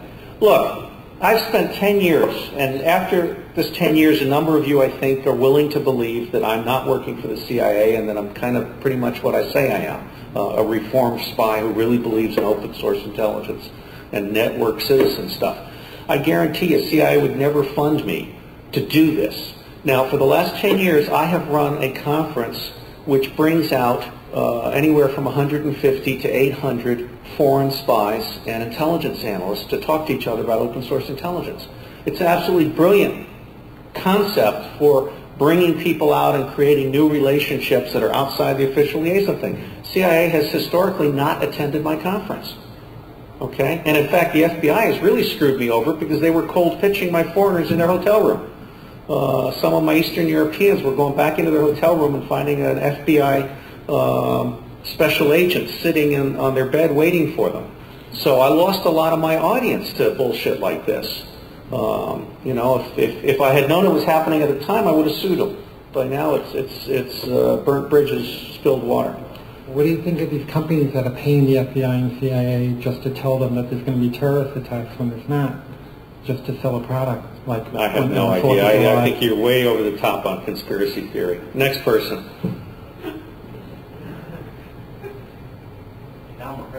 No, actually... That's not an next person. Maybe I should be a No, stop. But let me tell you this. The U.S. government is being very, very stupid about how it's spending its money. And yes, a lot of companies, I don't know if you've noticed, but the day after 9/11, there were a whole bunch of Homeland Defense analysis centers that had never existed. And these are cretins that didn't know about this beforehand, and they're just selling the government bullshit. So the taxpayer dollar is not being spent very wisely. Now, I'm going to, you do your question, and then Andy, I want you to ask your question again. But by the way, did you listen to Jalal mentioning your efforts? No. Oh, no, because frankly, I intended to listen to the whole thing, but I got tired of him talking about being screwed over by his friends. So I finally walked out. I guess he mentioned a very similar point what I said, and that's, I mean, the question obviously is where do you take the trust from that if you enforce the United States government to get a better information processing and a better ability to understand what's going on, where do you take that trust that they use this for the, let's say, peaceful solutions of problems for the whole human race and not for only for commercial, reasons whatsoever. I mean, what's actually happened is they go to all kinds of countries where, let's say, the ability of the government to act with the citizens is not nice, and they come with arguments like, we need human rights, we need democracy, and so on. And it all sounds very good, but what they mean is market regulation, what they mean is privatization what I mean is privatization of telecommunication, or privatization of water, everything. Yes. So again, where do you take the trust from that this government, with it just? I mean, there's 2 points here. The one is the tools they use, and the other is the direction they go to.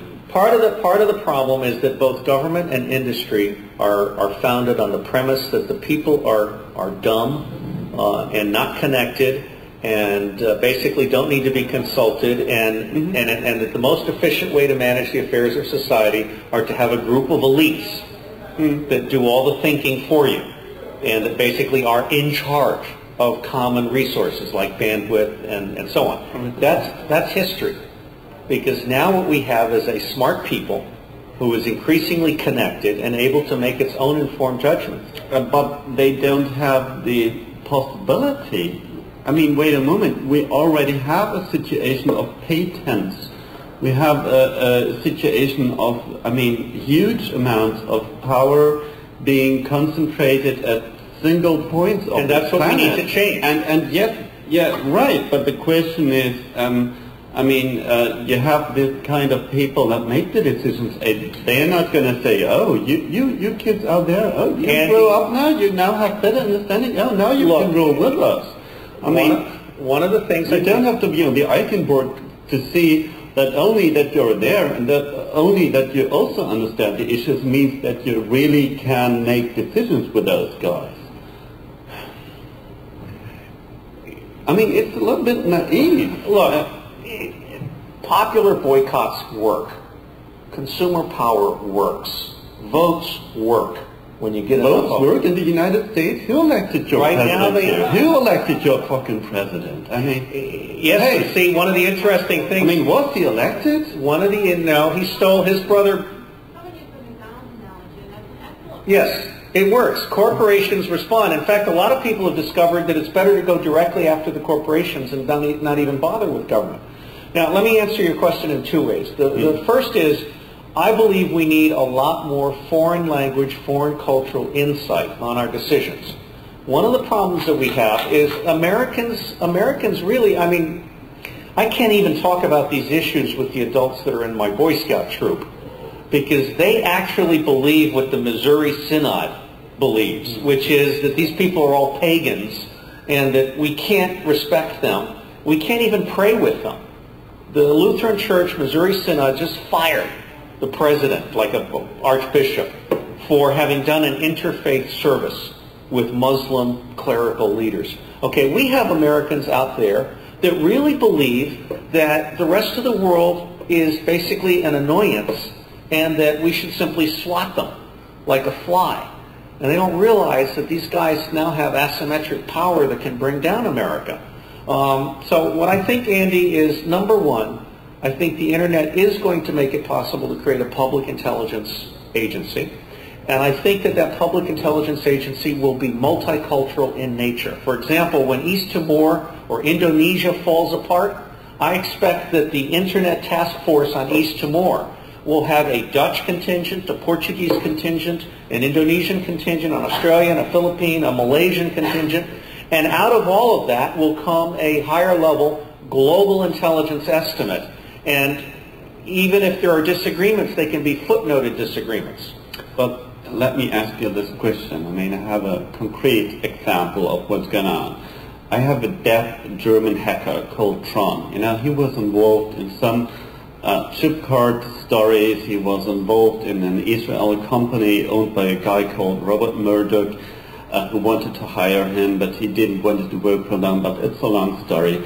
At the end of the day, we found him dead. And we have some investigation running for a few years now because police say it's a suicide. Technically, even the medical people say it can't have been a suicide, but that's not important. Important is I have his parents around. I have, a huge involvement of all kinds of interesting governments, including the United States government. I have his mother asking me the question, she asked me, when all these NSA people here make the decisions about what German government does and what not, why can't we vote the American president?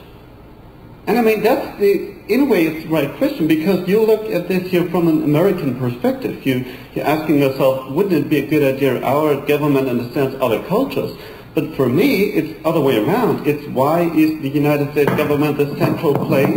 Yes, it's the fuck up place, but why is it the central place to make kinds of decisions about other governments? And why shouldn't this be a completely decentralized environment? I think that, number one, it is an indictment of the American people that Gore didn't have the balls to really go the whole distance. Now, personally, I think Gore would not have been a great president, nor is George Bush a great president. But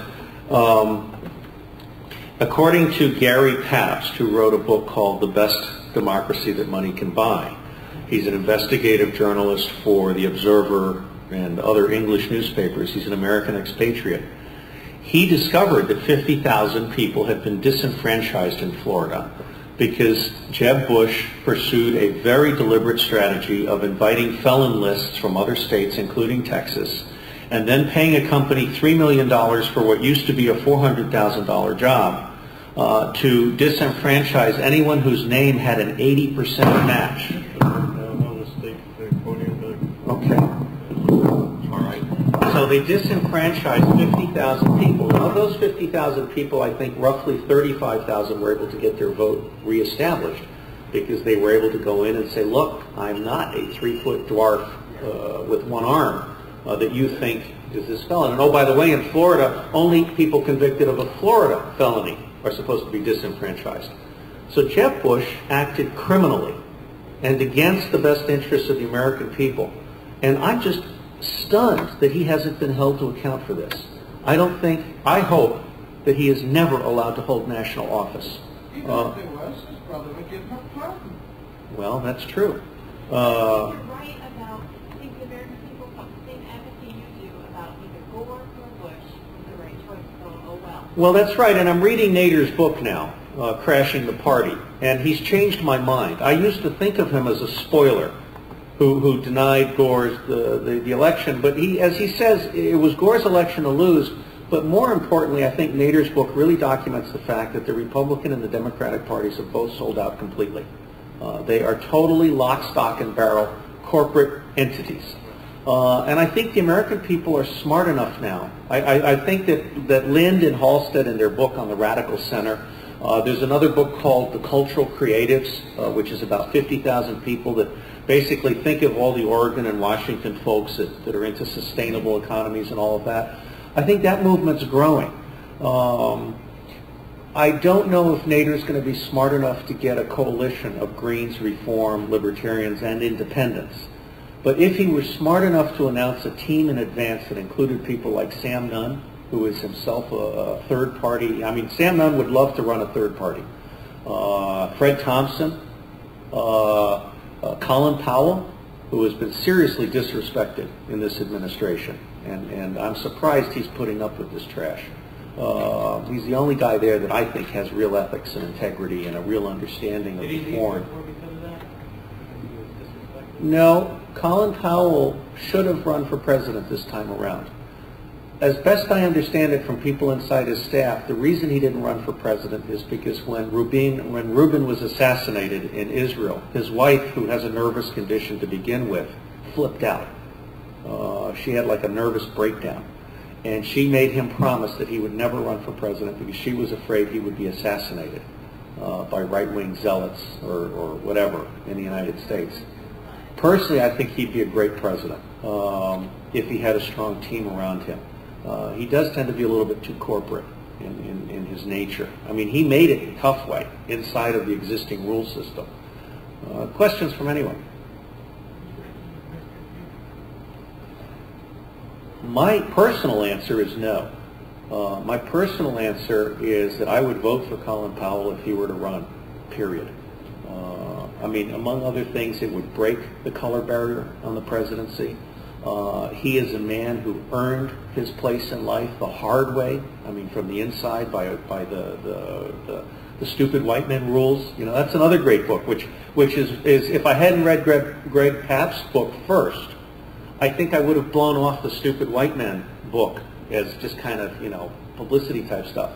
But it tracks with a lot of other very serious books. Yeah. It's good read. It's what I call airplane reading. It's whose list? No. Really? I'd be glad to get an email from you, bear@oss.net. But let me finish my comment here. The Stupid White Men book, there are a lot of books that really track with what he's saying, like Lionel Tiger's Manufacture of Evil. One of the interesting things about Tiger's book is he looks at how the industrial system broke down the bonds of kinship that used to keep people honest. You know, in other words, when cottage industries were kinship based, you basically had a circle of trust. And when you then turned that into an industrial machine, you basically broke that circle of trust. And it got to be, you know, buyer beware kind of stuff. But it tracks with a lot of other books. All right, your question, sir. Okay. If Colin Powell was to run again, all right, could you possibly, I mean, I know he's Republican? Yes. Could he get rid of that? I honestly don't know. I mean, you know, it really depends. If his wife were to die, I believe he would be liberated. Because I think, you know, no, I mean this in a very respectful and caring way. He is an honorable man who loves his wife and who is respecting her wish that he not place himself at risk of assassination. I'm quite convinced he's a very courageous man, and that if he did not have the concern over his wife's condition, that he would run for president. I hope he would run for president. I'm concerned.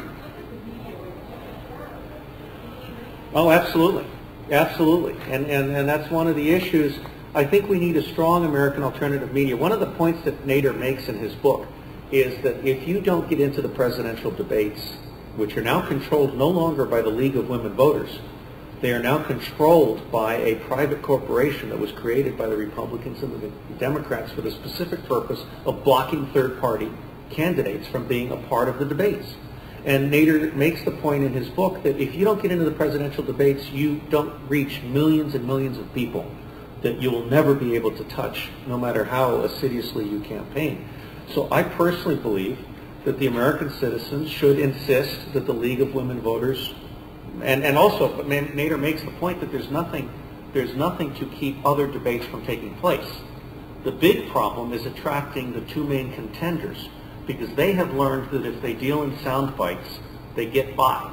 And so what the American people need to do is say, we are going to have no less than 6 debates on substantive issues, and each candidate must publish an issue paper on water security, food security, public health, energy, education, citizenship and immigration, and national security.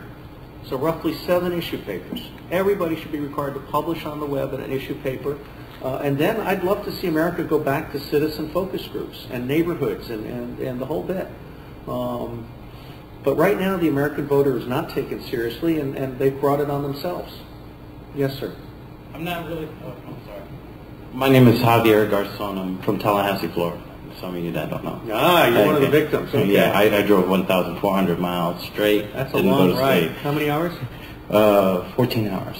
Yeah, I made it to New Jersey to a friend's house. Mm-hmm. But I'm kind of new at this. It's freaking me out now with the speakers. The biggest, not the biggest thing, but some of the things that bother me is the Republican, the Democrats, and those are the only two you always see. We need a third choice. Yeah, and probably a fourth choice. Well, and I'd even go so far as to say, first off, I think we need to change the voting system so that they do have the instant runoffs, which means you should be able to select a first choice and a second choice for president. And then if your first choice doesn't win, your votes go to the second choice. So that's something that every citizen in the next congressional election should be asking their candidates for Congress, saying, will you commit to doing this as legislation? That's a litmus test. At this point, wouldn't it be some, at this point, if you took every eligible person in the U.S. to be president and threw them into a lottery pool and drew one person to be president, would that person? No, and part of the reason is that no one person is capable of doing the job. And one of the things I think the Americans need to realize is that who is a cabinet secretary really matters. Rumsfeld, for example, as Secretary of Defense, he surely has the best of intentions, but he is helping run the country into a major deficit. And the Pentagon should have been limited to its existing budget and forced to make trade-off decisions. The State Department needs Colin Powell, but he needs more money. For example, I think my dream would be for Nader, Perot, and Pat Buchanan to agree, and Sam Nunn, to agree to run as a team and to approach Colin Powell very discreetly through someone he really trusts and ask if he would allow his name to be entered as someone who would either remain as Secretary of State for an indefinite period or who would become Vice President or whatever. I think America is ready for an independent team to manage the country. I'm also frankly concerned about term limits. I think we actually need to eliminate term limits for a team. The world is getting too complicated for us to have neophytes in office. And so I don't know what's going to happen. Yeah. I just wanted to get exactly to the timing issue as well. There's a book called Blowback. Yes, excellent book. What's his name? Chalmers Johnson. Right. He was a very famous scholar of revolution. Yeah, and I guess he explains 11th of September and everything quite well, and that also, of course, raises the question how much time the United States government still has to improve a little bit. If I had to guess, I'd say I mean, you know what I mean. We have between 3 and 7 years. That in Europe, of course, it's extensively discussed.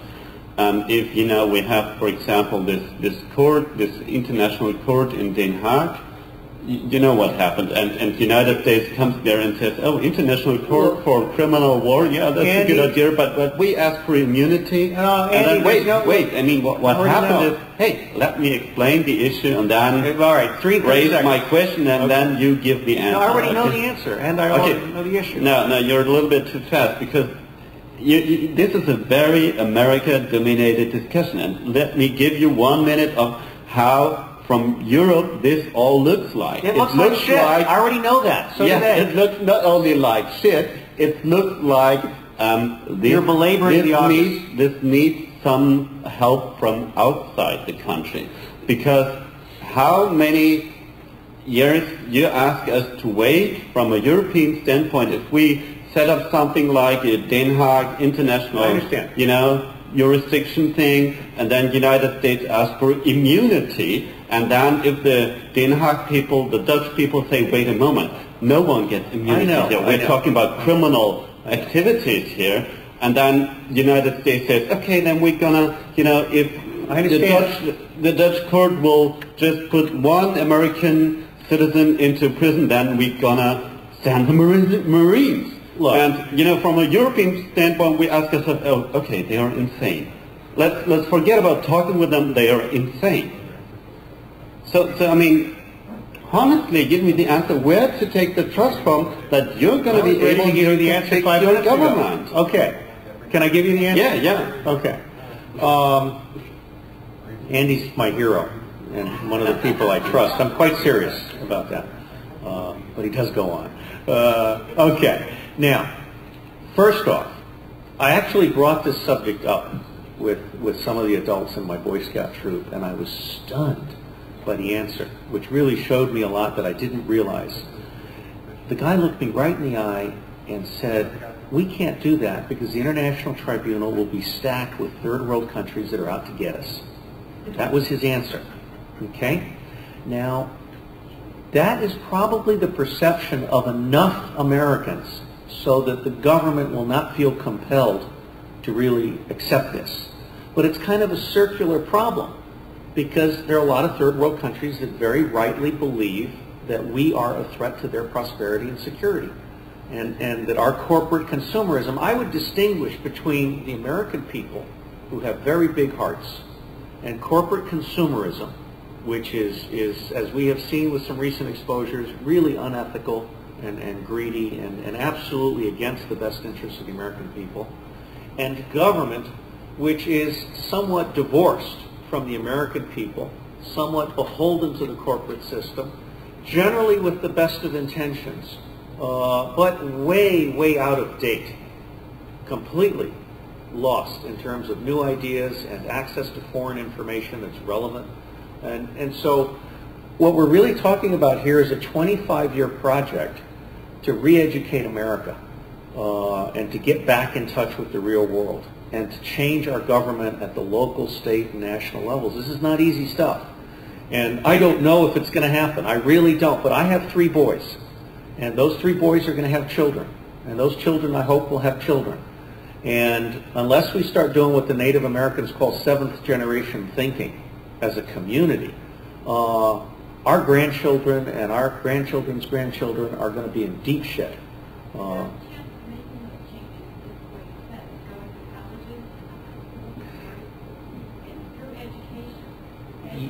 Yes, and one of the interesting things is kids are growing up with wired brains, but the education system is not doing very well. Someone smarter than me said that we've spent 100 years creating schools to build dummies. I mean, basically our schools beat creativity out of people. No, I mean, creativity is beaten out of you in school. And then when you get to a corporate job, you're expected to be, we literally have to change the whole paradigm. And I don't know what the answer is other than people deciding they really want to come together in a critical mass. And I'll tell you something, the day that citizens realize how much power they actually have, holy cow. Because you're talking about instant recall of senators being thrown out of office overnight by a massive statewide vote that basically says, you're fired, asshole. I mean, there's a lot of power to be had in the people. Yes, sir. How can you have a state vote decide? I think every state is different, and I don't know the details, but my general sense is that 300,000 signatures will get you a referendum. Some. I forget what it is, but most states have clauses where if you get enough signatures in enough petitions, they can have an ad hoc session and throw people in and out. Yeah. Well, it's really challenging. I mean, one of the interesting things about Nader's book is how difficult it is to get these signatures. What's that? Crashing the party. Yes, sir.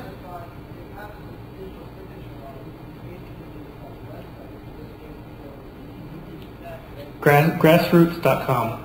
Grassroots.com. Grassroots.com. Physical.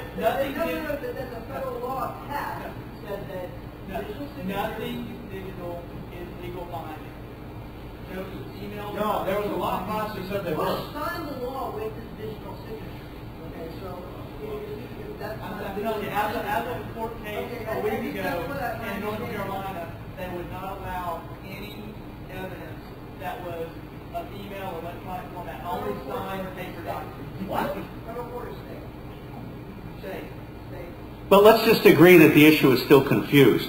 But I do believe, no, but see, if you get to the web, if there's a couple of other books that are really interesting. One's called Imagine, What America Could Be in 20 Years. And it's a really well done book with really good photography. And all of these books are in the bibliography of my second book or on Amazon.com. If you've got an hour and a half and a couple of beers in you, just go through my reviews. Just click down through 294 reviews. It'll take you less than 1 minute per review, so 294 minutes. okay? It'll really give you a good bird's eye view, among other things of my opinion, but of these other books by other authors, because what I was trying to do was build a porthole into a really full range of national security books. But if you can get organized at the neighborhood level, you can use the web to basically say, okay, we need physical signatures, boom. You know, it's just like a telephone calling tree in the military. You know, you call one person and they call two people and then that cascades down. We just haven't gotten organized. But there's no reason why we can't get organized at the neighborhood level, and that goes to kind of a random thought that there are certain themes that run through positive visions of America's future. One is campaign finance reform that is absolute, that basically trashes the corporate ability to buy legislation. The second is restoration of neighborhoods. We need to restore neighborhoods both in urban and rural suburban areas. It's amazing how much of America has been done by developers in ways that are not child-friendly. I mean, they can't bike, that's right, they're car-friendly. So we need to restore neighborhoods, but beyond that, if you restore neighborhoods with respect to food and energy, you achieve some very remarkable things. And one of the things that was in this book that really impressed me is that the Norwegians, among others, have gotten to where they've gotten industrial production down to the neighborhood level, even for extremely complex things. So it can be done. The two books that I recommend in this vein are The Cultural Creative. I have no idea. I have no idea. Question? I'm going to get off a little subject here. I know you're probably all tired about September 11th, hearing it over and over and over again. It's going to be with us for a long time. This is my biggest question, and I contemplate because I'm a little morbid on it, okay? And you have to be. I know there's a lot of people that died and everything. Did America get anything out of it? I mean, did America prosper from the destruction? If it never happened. No. In any way. No. Money-wise. I helped Amy Ziegart. Amy Ziegart was Condi Rice's doctoral student, and she wrote a book called Flawed by Design, The Origin of the CIA, NSC, and JCS. And that book got the Alfred White Award for being the best political science dissertation in that year. And Amy came to Washington, and I helped her get a bunch of interviews, and she got others with help from Condi Rice and so on, including John McCain, who said out and out it was an intelligence failure. But one of the people she talked to, and she shared this with me in an email afterwards, said we need another 5,000 body bags. I outraged Fox and Friends, the cable program, by saying that there's no war on terrorism. We're not at war. We're not really waging a war on terrorism. Washington isn't changing anything about the way it does business. I call the Senate Select Committee for Intelligence at 9, 10 in the morning, and no one answers the phone. You know, what 9/11 cost us $20 billion in immediate aftermath effects on the economy. It's costing us $1.2 billion a year for our Afghan presence and our military. It's costing us a national deficit that is rising very rapidly. Each of us owes $66,000 right now for the national debt. It has cost us, because of the nature of the Bush presidency, it has cost us whatever potential it might have had for transforming the way we do business. For example, in my first book, in the President's Chapter, which you can download for free from OSS.net, I say, among other things, that we need a Secretary General for National Security who has complete authority over justice, diplomacy, foreign aid, and the military. Basically, you have to be able to make trade-offs between hard and soft forms of power. We also need a Secretary General for the National Commonwealth who can be in charge of energy and health and education and all of these things. Because what's happened here is we've got too many stovepipes in government. And we need to add, I think, a layer of dominant coordinating authority just below the presidential level. So that's one of the thoughts. Go ahead with your question. Hi. I'd like to hark back to a question I asked last time. I know we were a bit rushed. No, we're not rushed now. We're not. Okay, so we do have plenty of time now. I don't think I understood your response. I'm not too good with all the political details. I know a little bit. Let's try it again from the start. Okay, from the start. Sounds like a good call.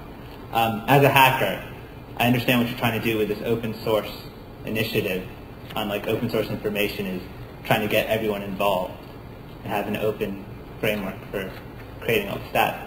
But I mean, from the technical point, which I understand the best, that's the part that makes the most sense to me. That's the part I can understand. There's just a whole lot of data. Yes, And I don't okay, good. understand I'm how really you glad to have a chance to go over this sorry. again. There's three kinds of data: digital, analog, and unpublished. Okay? Right. So that's number one. Number two, the data, regardless of its code or its media, so whether it's audio, visual, whether it's PAL or NSC or whatever, any one of these video, whatever, forget those technical details, it's going to be in 29 different languages. Those are the 29 that matter. And then there are actually 3,000 languages spoken today by very small, diverse groups. But let's say 29 languages. I mean, I understand the enormous Okay, diversity so of the that's data. huge. That's right. huge. I'm not suggesting that we digitize all of that, and I'm not suggesting that we process all of that. What I'm suggesting is that we have nodes of human expertise that are multicultural and diverse, that basically set themselves up as portals for screening that data and selecting that data and selectively processing and disseminating that data and selectively analyzing that data to create a common currency, if you will. And so what you end up doing, taking Indonesia as an example, is you end up creating a distributed cell where the Dutch Intelligence Service, which has real equities here, and the Australian National University and Australian Intelligence Service, and perhaps the Malaysian Intelligence Service and business community, they share the burden of screening stuff and digitizing and putting it into the web. And then essentially you're able to draw on diverse distributed resources in order to dominate this data. I mean, I guess that sounds interesting. And you'll have competing views of the data. You'll have 'Cause you'll have competing multiple- versions of reality. There are multiple countries. coordinating. Absolutely. And, I mean- and my vision in the end is that I can enter, let me quickly do this, we've got plenty of time, there's no rush, okay? My vision is that eventually I can say, enter a question about the Spratly Islands and select the Chinese, Vietnamese, Philippine, and Australian point of view for that question. And then thereafter, as I'm interacting with the question, the digest of their view of that answer comes up, so you actually see four completely distinct cultural perspectives on the question you've asked. Go ahead with your question, which I'm sure is related. And we're coming back to you.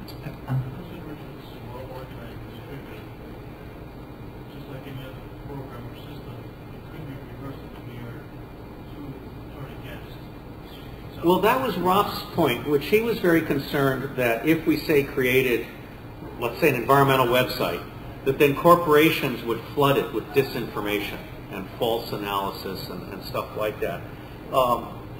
I think we can get around that by having a physical trust presence established.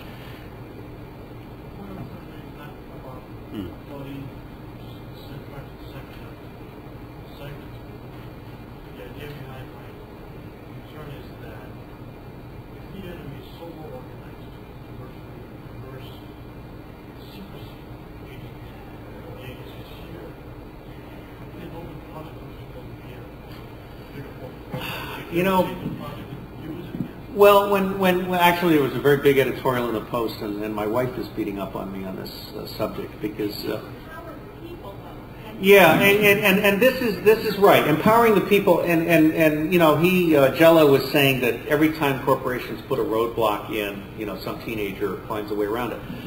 When Peter Black published his article in Wired back in like '92 or so, he was severely criticized for giving the terrorists a playbook, you know, a game plan for taking down America. And Wynne Schwartau and I have been criticized for writing publicly about how to take down America. Well, I'm of two minds on this, I've got two thoughts on this. The first is that you cannot defend America if all of the citizens aren't aware of the vulnerabilities. And basically, using open information is more empowering to the defender than it is to the attacker, because that's my view anyway. And second, if you keep these deficiencies secret, they'll never get work done. I truly regret that another 9/11 will be required. But the American people who have been reading assiduously, I mean, the fact that I am reviewer number 70 on Amazon.com and I only review serious national security books. I think I have 3 spy novels in there.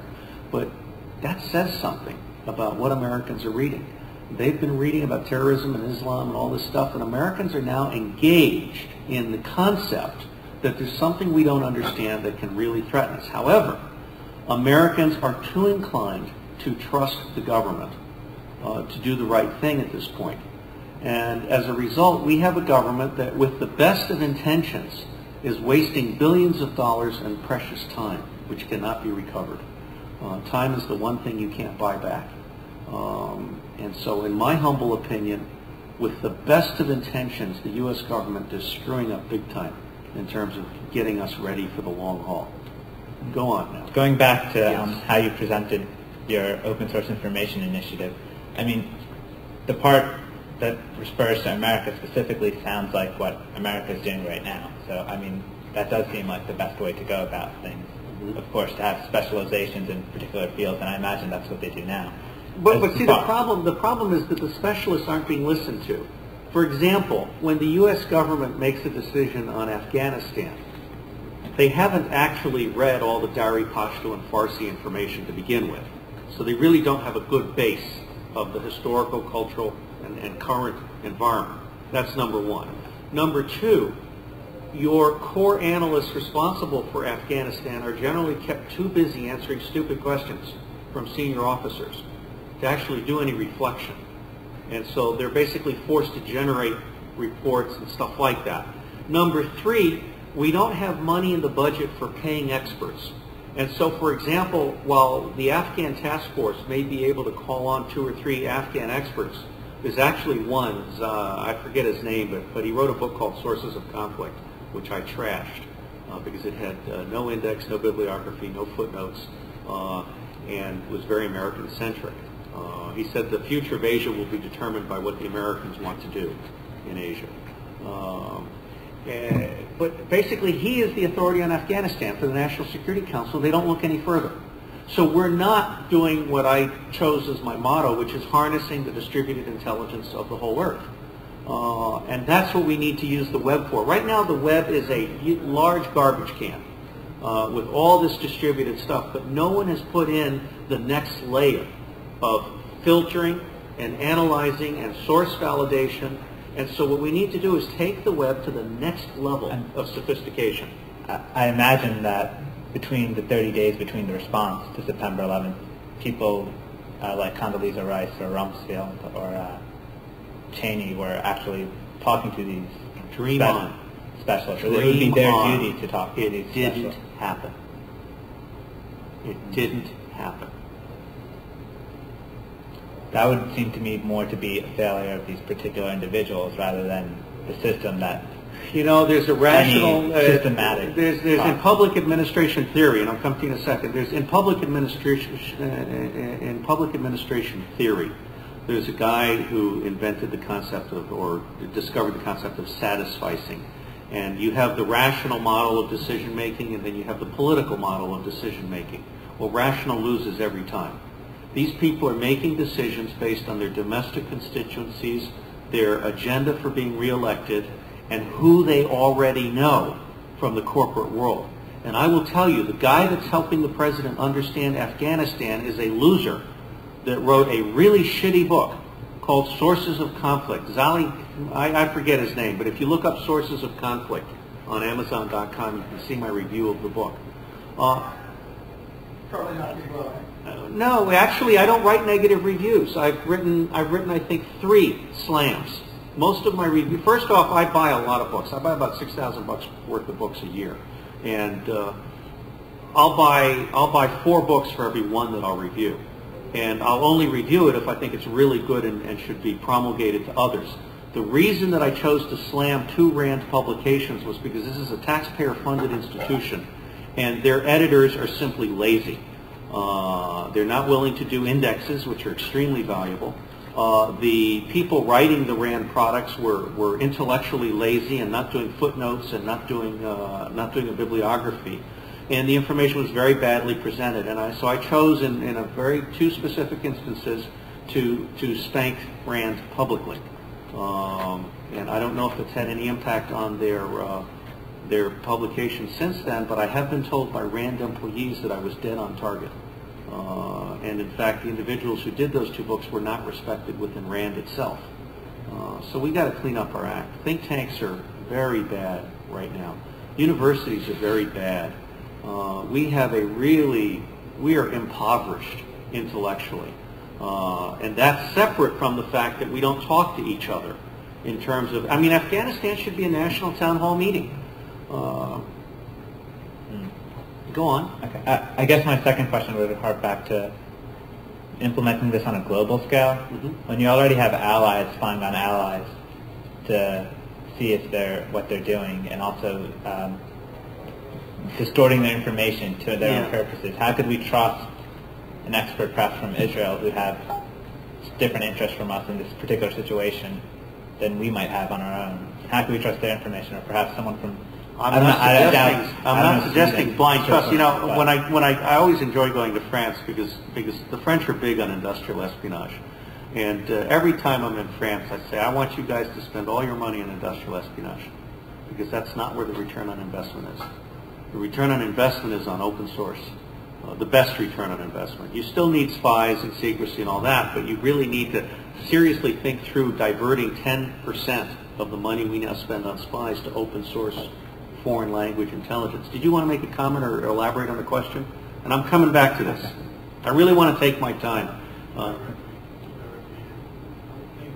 And then we'll...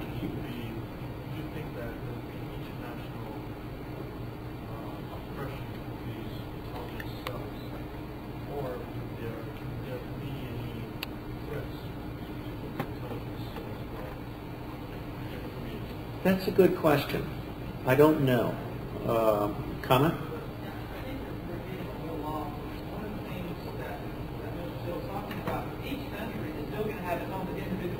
That's right. That's right. We're set up a baseline. There can be people in different countries in different areas that may be a subject matter expert on something, not necessarily classified or confidential, but it's something that we don't know a lot about. But then I believe the gentleman's point would be who dictates who the expert is, because your experts may be different than my experts. But I think it's a valid question. I agree, and I think that one of the ways, first off, let 1,000 points of light bloom. I mean, the web actually gives that meaning. And in any given country, you're going to have your leftist experts and your rightist experts and your anarchist experts. Let all that happen. Over time, I mean, the Amazon.com system for rating books has, in my opinion, created new value because I find the reviews very useful. And I find the grading system relatively reliable. I actually make decisions based on the reviews that are there. And I would say every system, one of the things we need to do is add more more validation to everything. Isn't your point more of information rather than necessarily trusting? Well, the next level up is in fact trust, because nobody has the physics, the time to read everything. And so you're going to have to rely on one another at some point. Yeah, I tell you what I want to do. I want you to step aside for just a minute while I answer these two questions, and in fact, you can come sit here with me if you want. You know, and then I want to come back to your thing, because I really want to dissect this and carry on. Let me get your two questions real quick so you're not standing, and then we'll come back to this. I deal with information myself, a lot of decision making, and the idea of open source, I've actually seen agents that were sharing certain amounts of their information and that were sharing more information that, let's say, other agents were more successful in their jobs, and they were actually benefiting their people and their governments more. And also, I think we all have to understand that there's a great level of emergence in self-organizing systems. Yeah. So yeah. There's a lot of things that neither me nor you can know, but that will start happening as any hacker in this room. It could explode. And it will explode. Just a very I'll make it one question because we're short on time. You say you read 6,000 books. No, I said I spend about $6,000 a year on books. How many I probably books? read about 200 books a year. 200 books. And society, especially in America, but other societies are getting there. We're getting a division, but with people watching television and people going online, and it's actually a good thing because it gets the lazy minds out of the way. And well, yeah, but they don't have to be lazy. I mean, we don't have to have a corrupt educational environment. We don't have to have a corrupt media environment. But go on to your question. I was going to ask, and I've asked you before, but we went more the political way. Could you? There's a certain movement in science called decision-making theory. Mm-hmm. Are you familiar yeah, with that? and the problem is it's been corrupted by technologists. Decision support in the traditional IT framework. This is another, and CIOs are usually tech weenies rather than knowledge officers. Okay. But decision support is way too biased right now toward automated decision support stuff. And they always assume that the data is both digital and available. Okay? None of the modeling and simulation systems that the U.S. government pays for, by and large, are based on real-world, real-time data. They're all, this manufactured, shoveled shit that is a very small universe of data, and it has absolutely nothing to do with being connected so that it could actually model stuff in real time based on real data.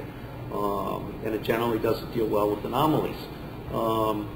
And so, from my point of view, intelligence is really about decision support, precisely about decision support. But the theory and the practice hasn't caught up. For example, corporate executives are not held accountable for making informed decisions. And there are no metrics for establishing whether a strategic business decision to invest X million of plants and so forth was actually supported by business intelligence research. And these are the kinds of questions that stockholders need to be answering. There need to be information audits. There are 4 quadrants in my information world. The first quadrant is the so-called knowledge management quadrant, which means make the most of what you already know. And most corporations are mired in the database aspect of this, and they haven't really graduated, although some of them have graduated to Rolodexes and biographies so that you can find an expert based on keyword search and so on. They're really generally very insular and parochial. The second quadrant for me is the collaborative work quadrant. That's where you start getting into people who are wired, who have personal brands, who have Rolodexes, and they have a personal reputation, and they actually know who knows. I mean, I can do amazing things by email because, a young Marine captain in the Pacific Command called me up one day and he said, my colonel just told me I'm in charge of open source intelligence and I don't know what that is. And he found me. I own 85% of the hits on open source intelligence because I've got so much free information, which is another point. Information is a magnet. And the hackers in Silicon Valley, and I talked about this once, and one of them came up with they said that for every piece of information they volunteer or share, they get 100 back, 10 of which are useful. So that's a 10-to-1 return on investment. Also, bigot lists or distribution lists are out of date the minute they're written. Okay, and so you have to have an open system that allows flexibility. Now, going back to so essentially the practice of decision making and we need to standardize it. So the second one is collaborative work. The third one is external information. And Peter Drucker, the guru of business information, said in Forbes ASAP on August 24th of 1998, on page something or other, he said that he said we've spent 50 years focusing on the T in IT. We need to spend the next 50 years focusing on the I in IT.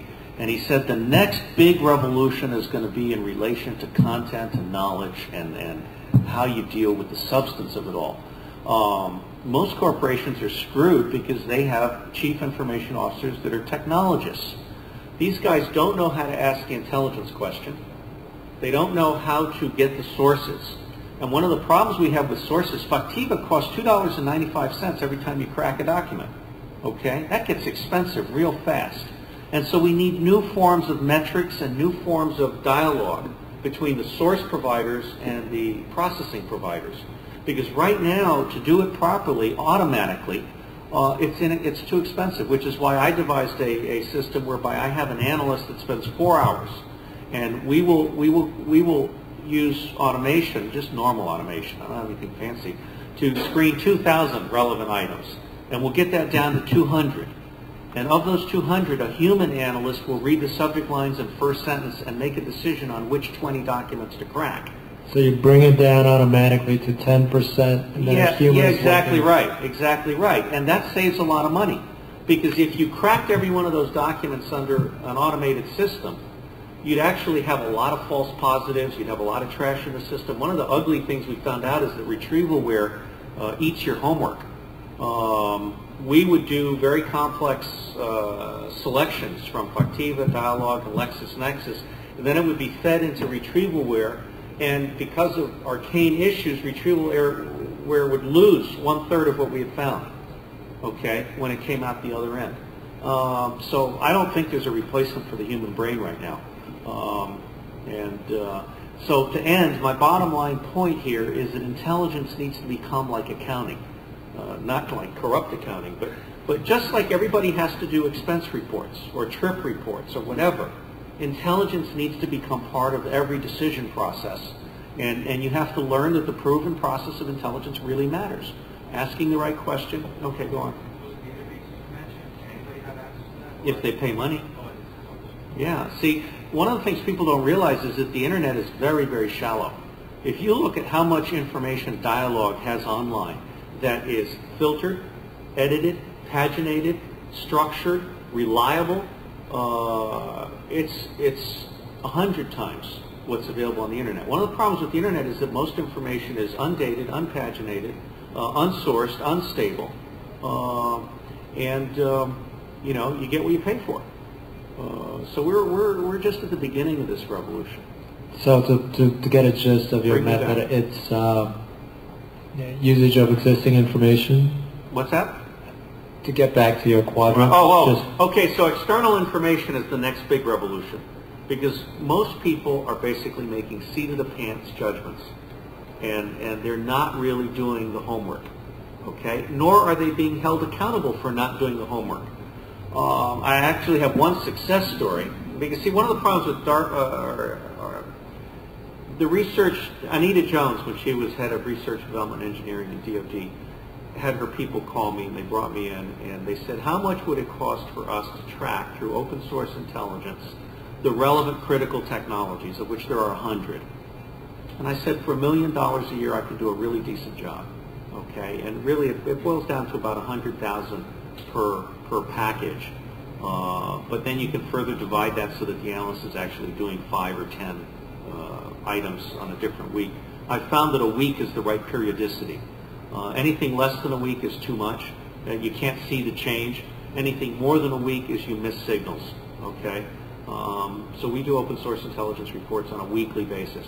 But here's a success story. Oh, and then going back to this whole DoD acquisition thing, we don't actually do our homework. I mean, in very rare cases, we don't go look to see if someone else has already built this. Now, special operations needed a man-portable roadblock, and this is a success story. And so they went to the Beltway Bandits, and the Beltway said, oh yeah, we can build you some out of titanium, $250,000 each, whatever. Well, they did an open source, SOCOM has a good open source intelligence capability. They did an open source search, and they found that the Norwegians had already built one.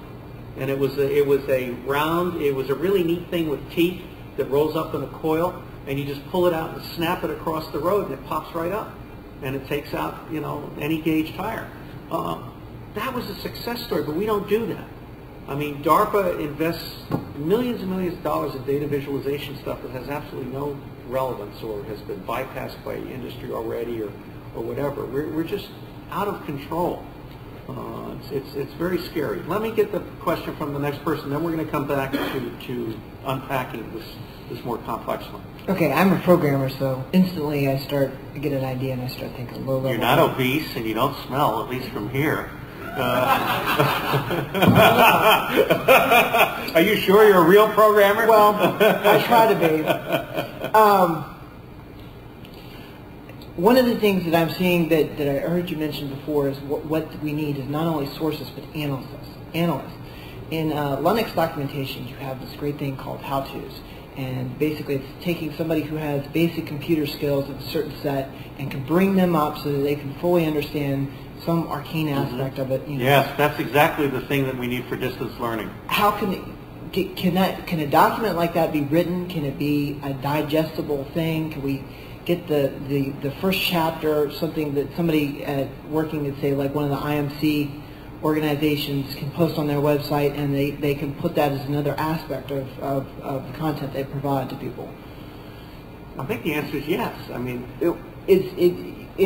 so in your opinion, so we could take somebody who knows how to read and write and say something and bring them out in 30 pages or less and say, you know, they can analyze to a certain extent. Well, let me put it in a different way. Let's take a typical country. In a typical country, you're going to have some personalities, and you're going to have some issues, and you're going to have some capabilities.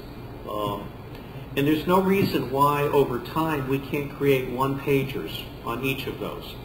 For example, we did 166 out of 200 outstanding biographies that one of our clients had for Latin America. Basically, they wanted standard Defense Intelligence Agency biographies, and we were able to do 166 at a cost of less than $250 each through creative use of the internet and commercial online searching, a very streamlined process, to include photos where they were available. We'd scan them in from newspapers or whatever. Mostly criminals and terrorists, which are harder than normal political figures. Yeah, that's right. But my point is that over time, for example, the University of Texas does some very good stuff on the Zapatistas and other things. I believe that over time you can have a template where a specific group of people who is already paid for, whether it's faculty, students, a public interest group, or whatever, take on responsibility for country X. And they then create a website that takes it to the next order of magnitude or order of sophistication, which is they do a weekly open source intelligence report that is cross-hatched. So you would have, let's say, Colombia, and then you'd have political, military, legal, sociological, economic, ideological, cultural, demographic, technological, natural, geographic. These would be standard categories. And the beauty of this is that the web would then be set up so that if you're interested in the demographics of Latin America, you can put in an inquiry that pulls those demographic paragraphs from all of the different country reports done by different people. So it's a distributed intelligence system that is maintained by differing groups, and over time competing groups will establish different types of trust and confidence. But where we've gone, where we need to go, I think, is we need to add the next layer of analysis, the next layer of focal stuff. And then also we need to seriously revisit lifelong learning. Our schools don't teach what we need to know about the world today. Our newspapers don't publish what we need to know.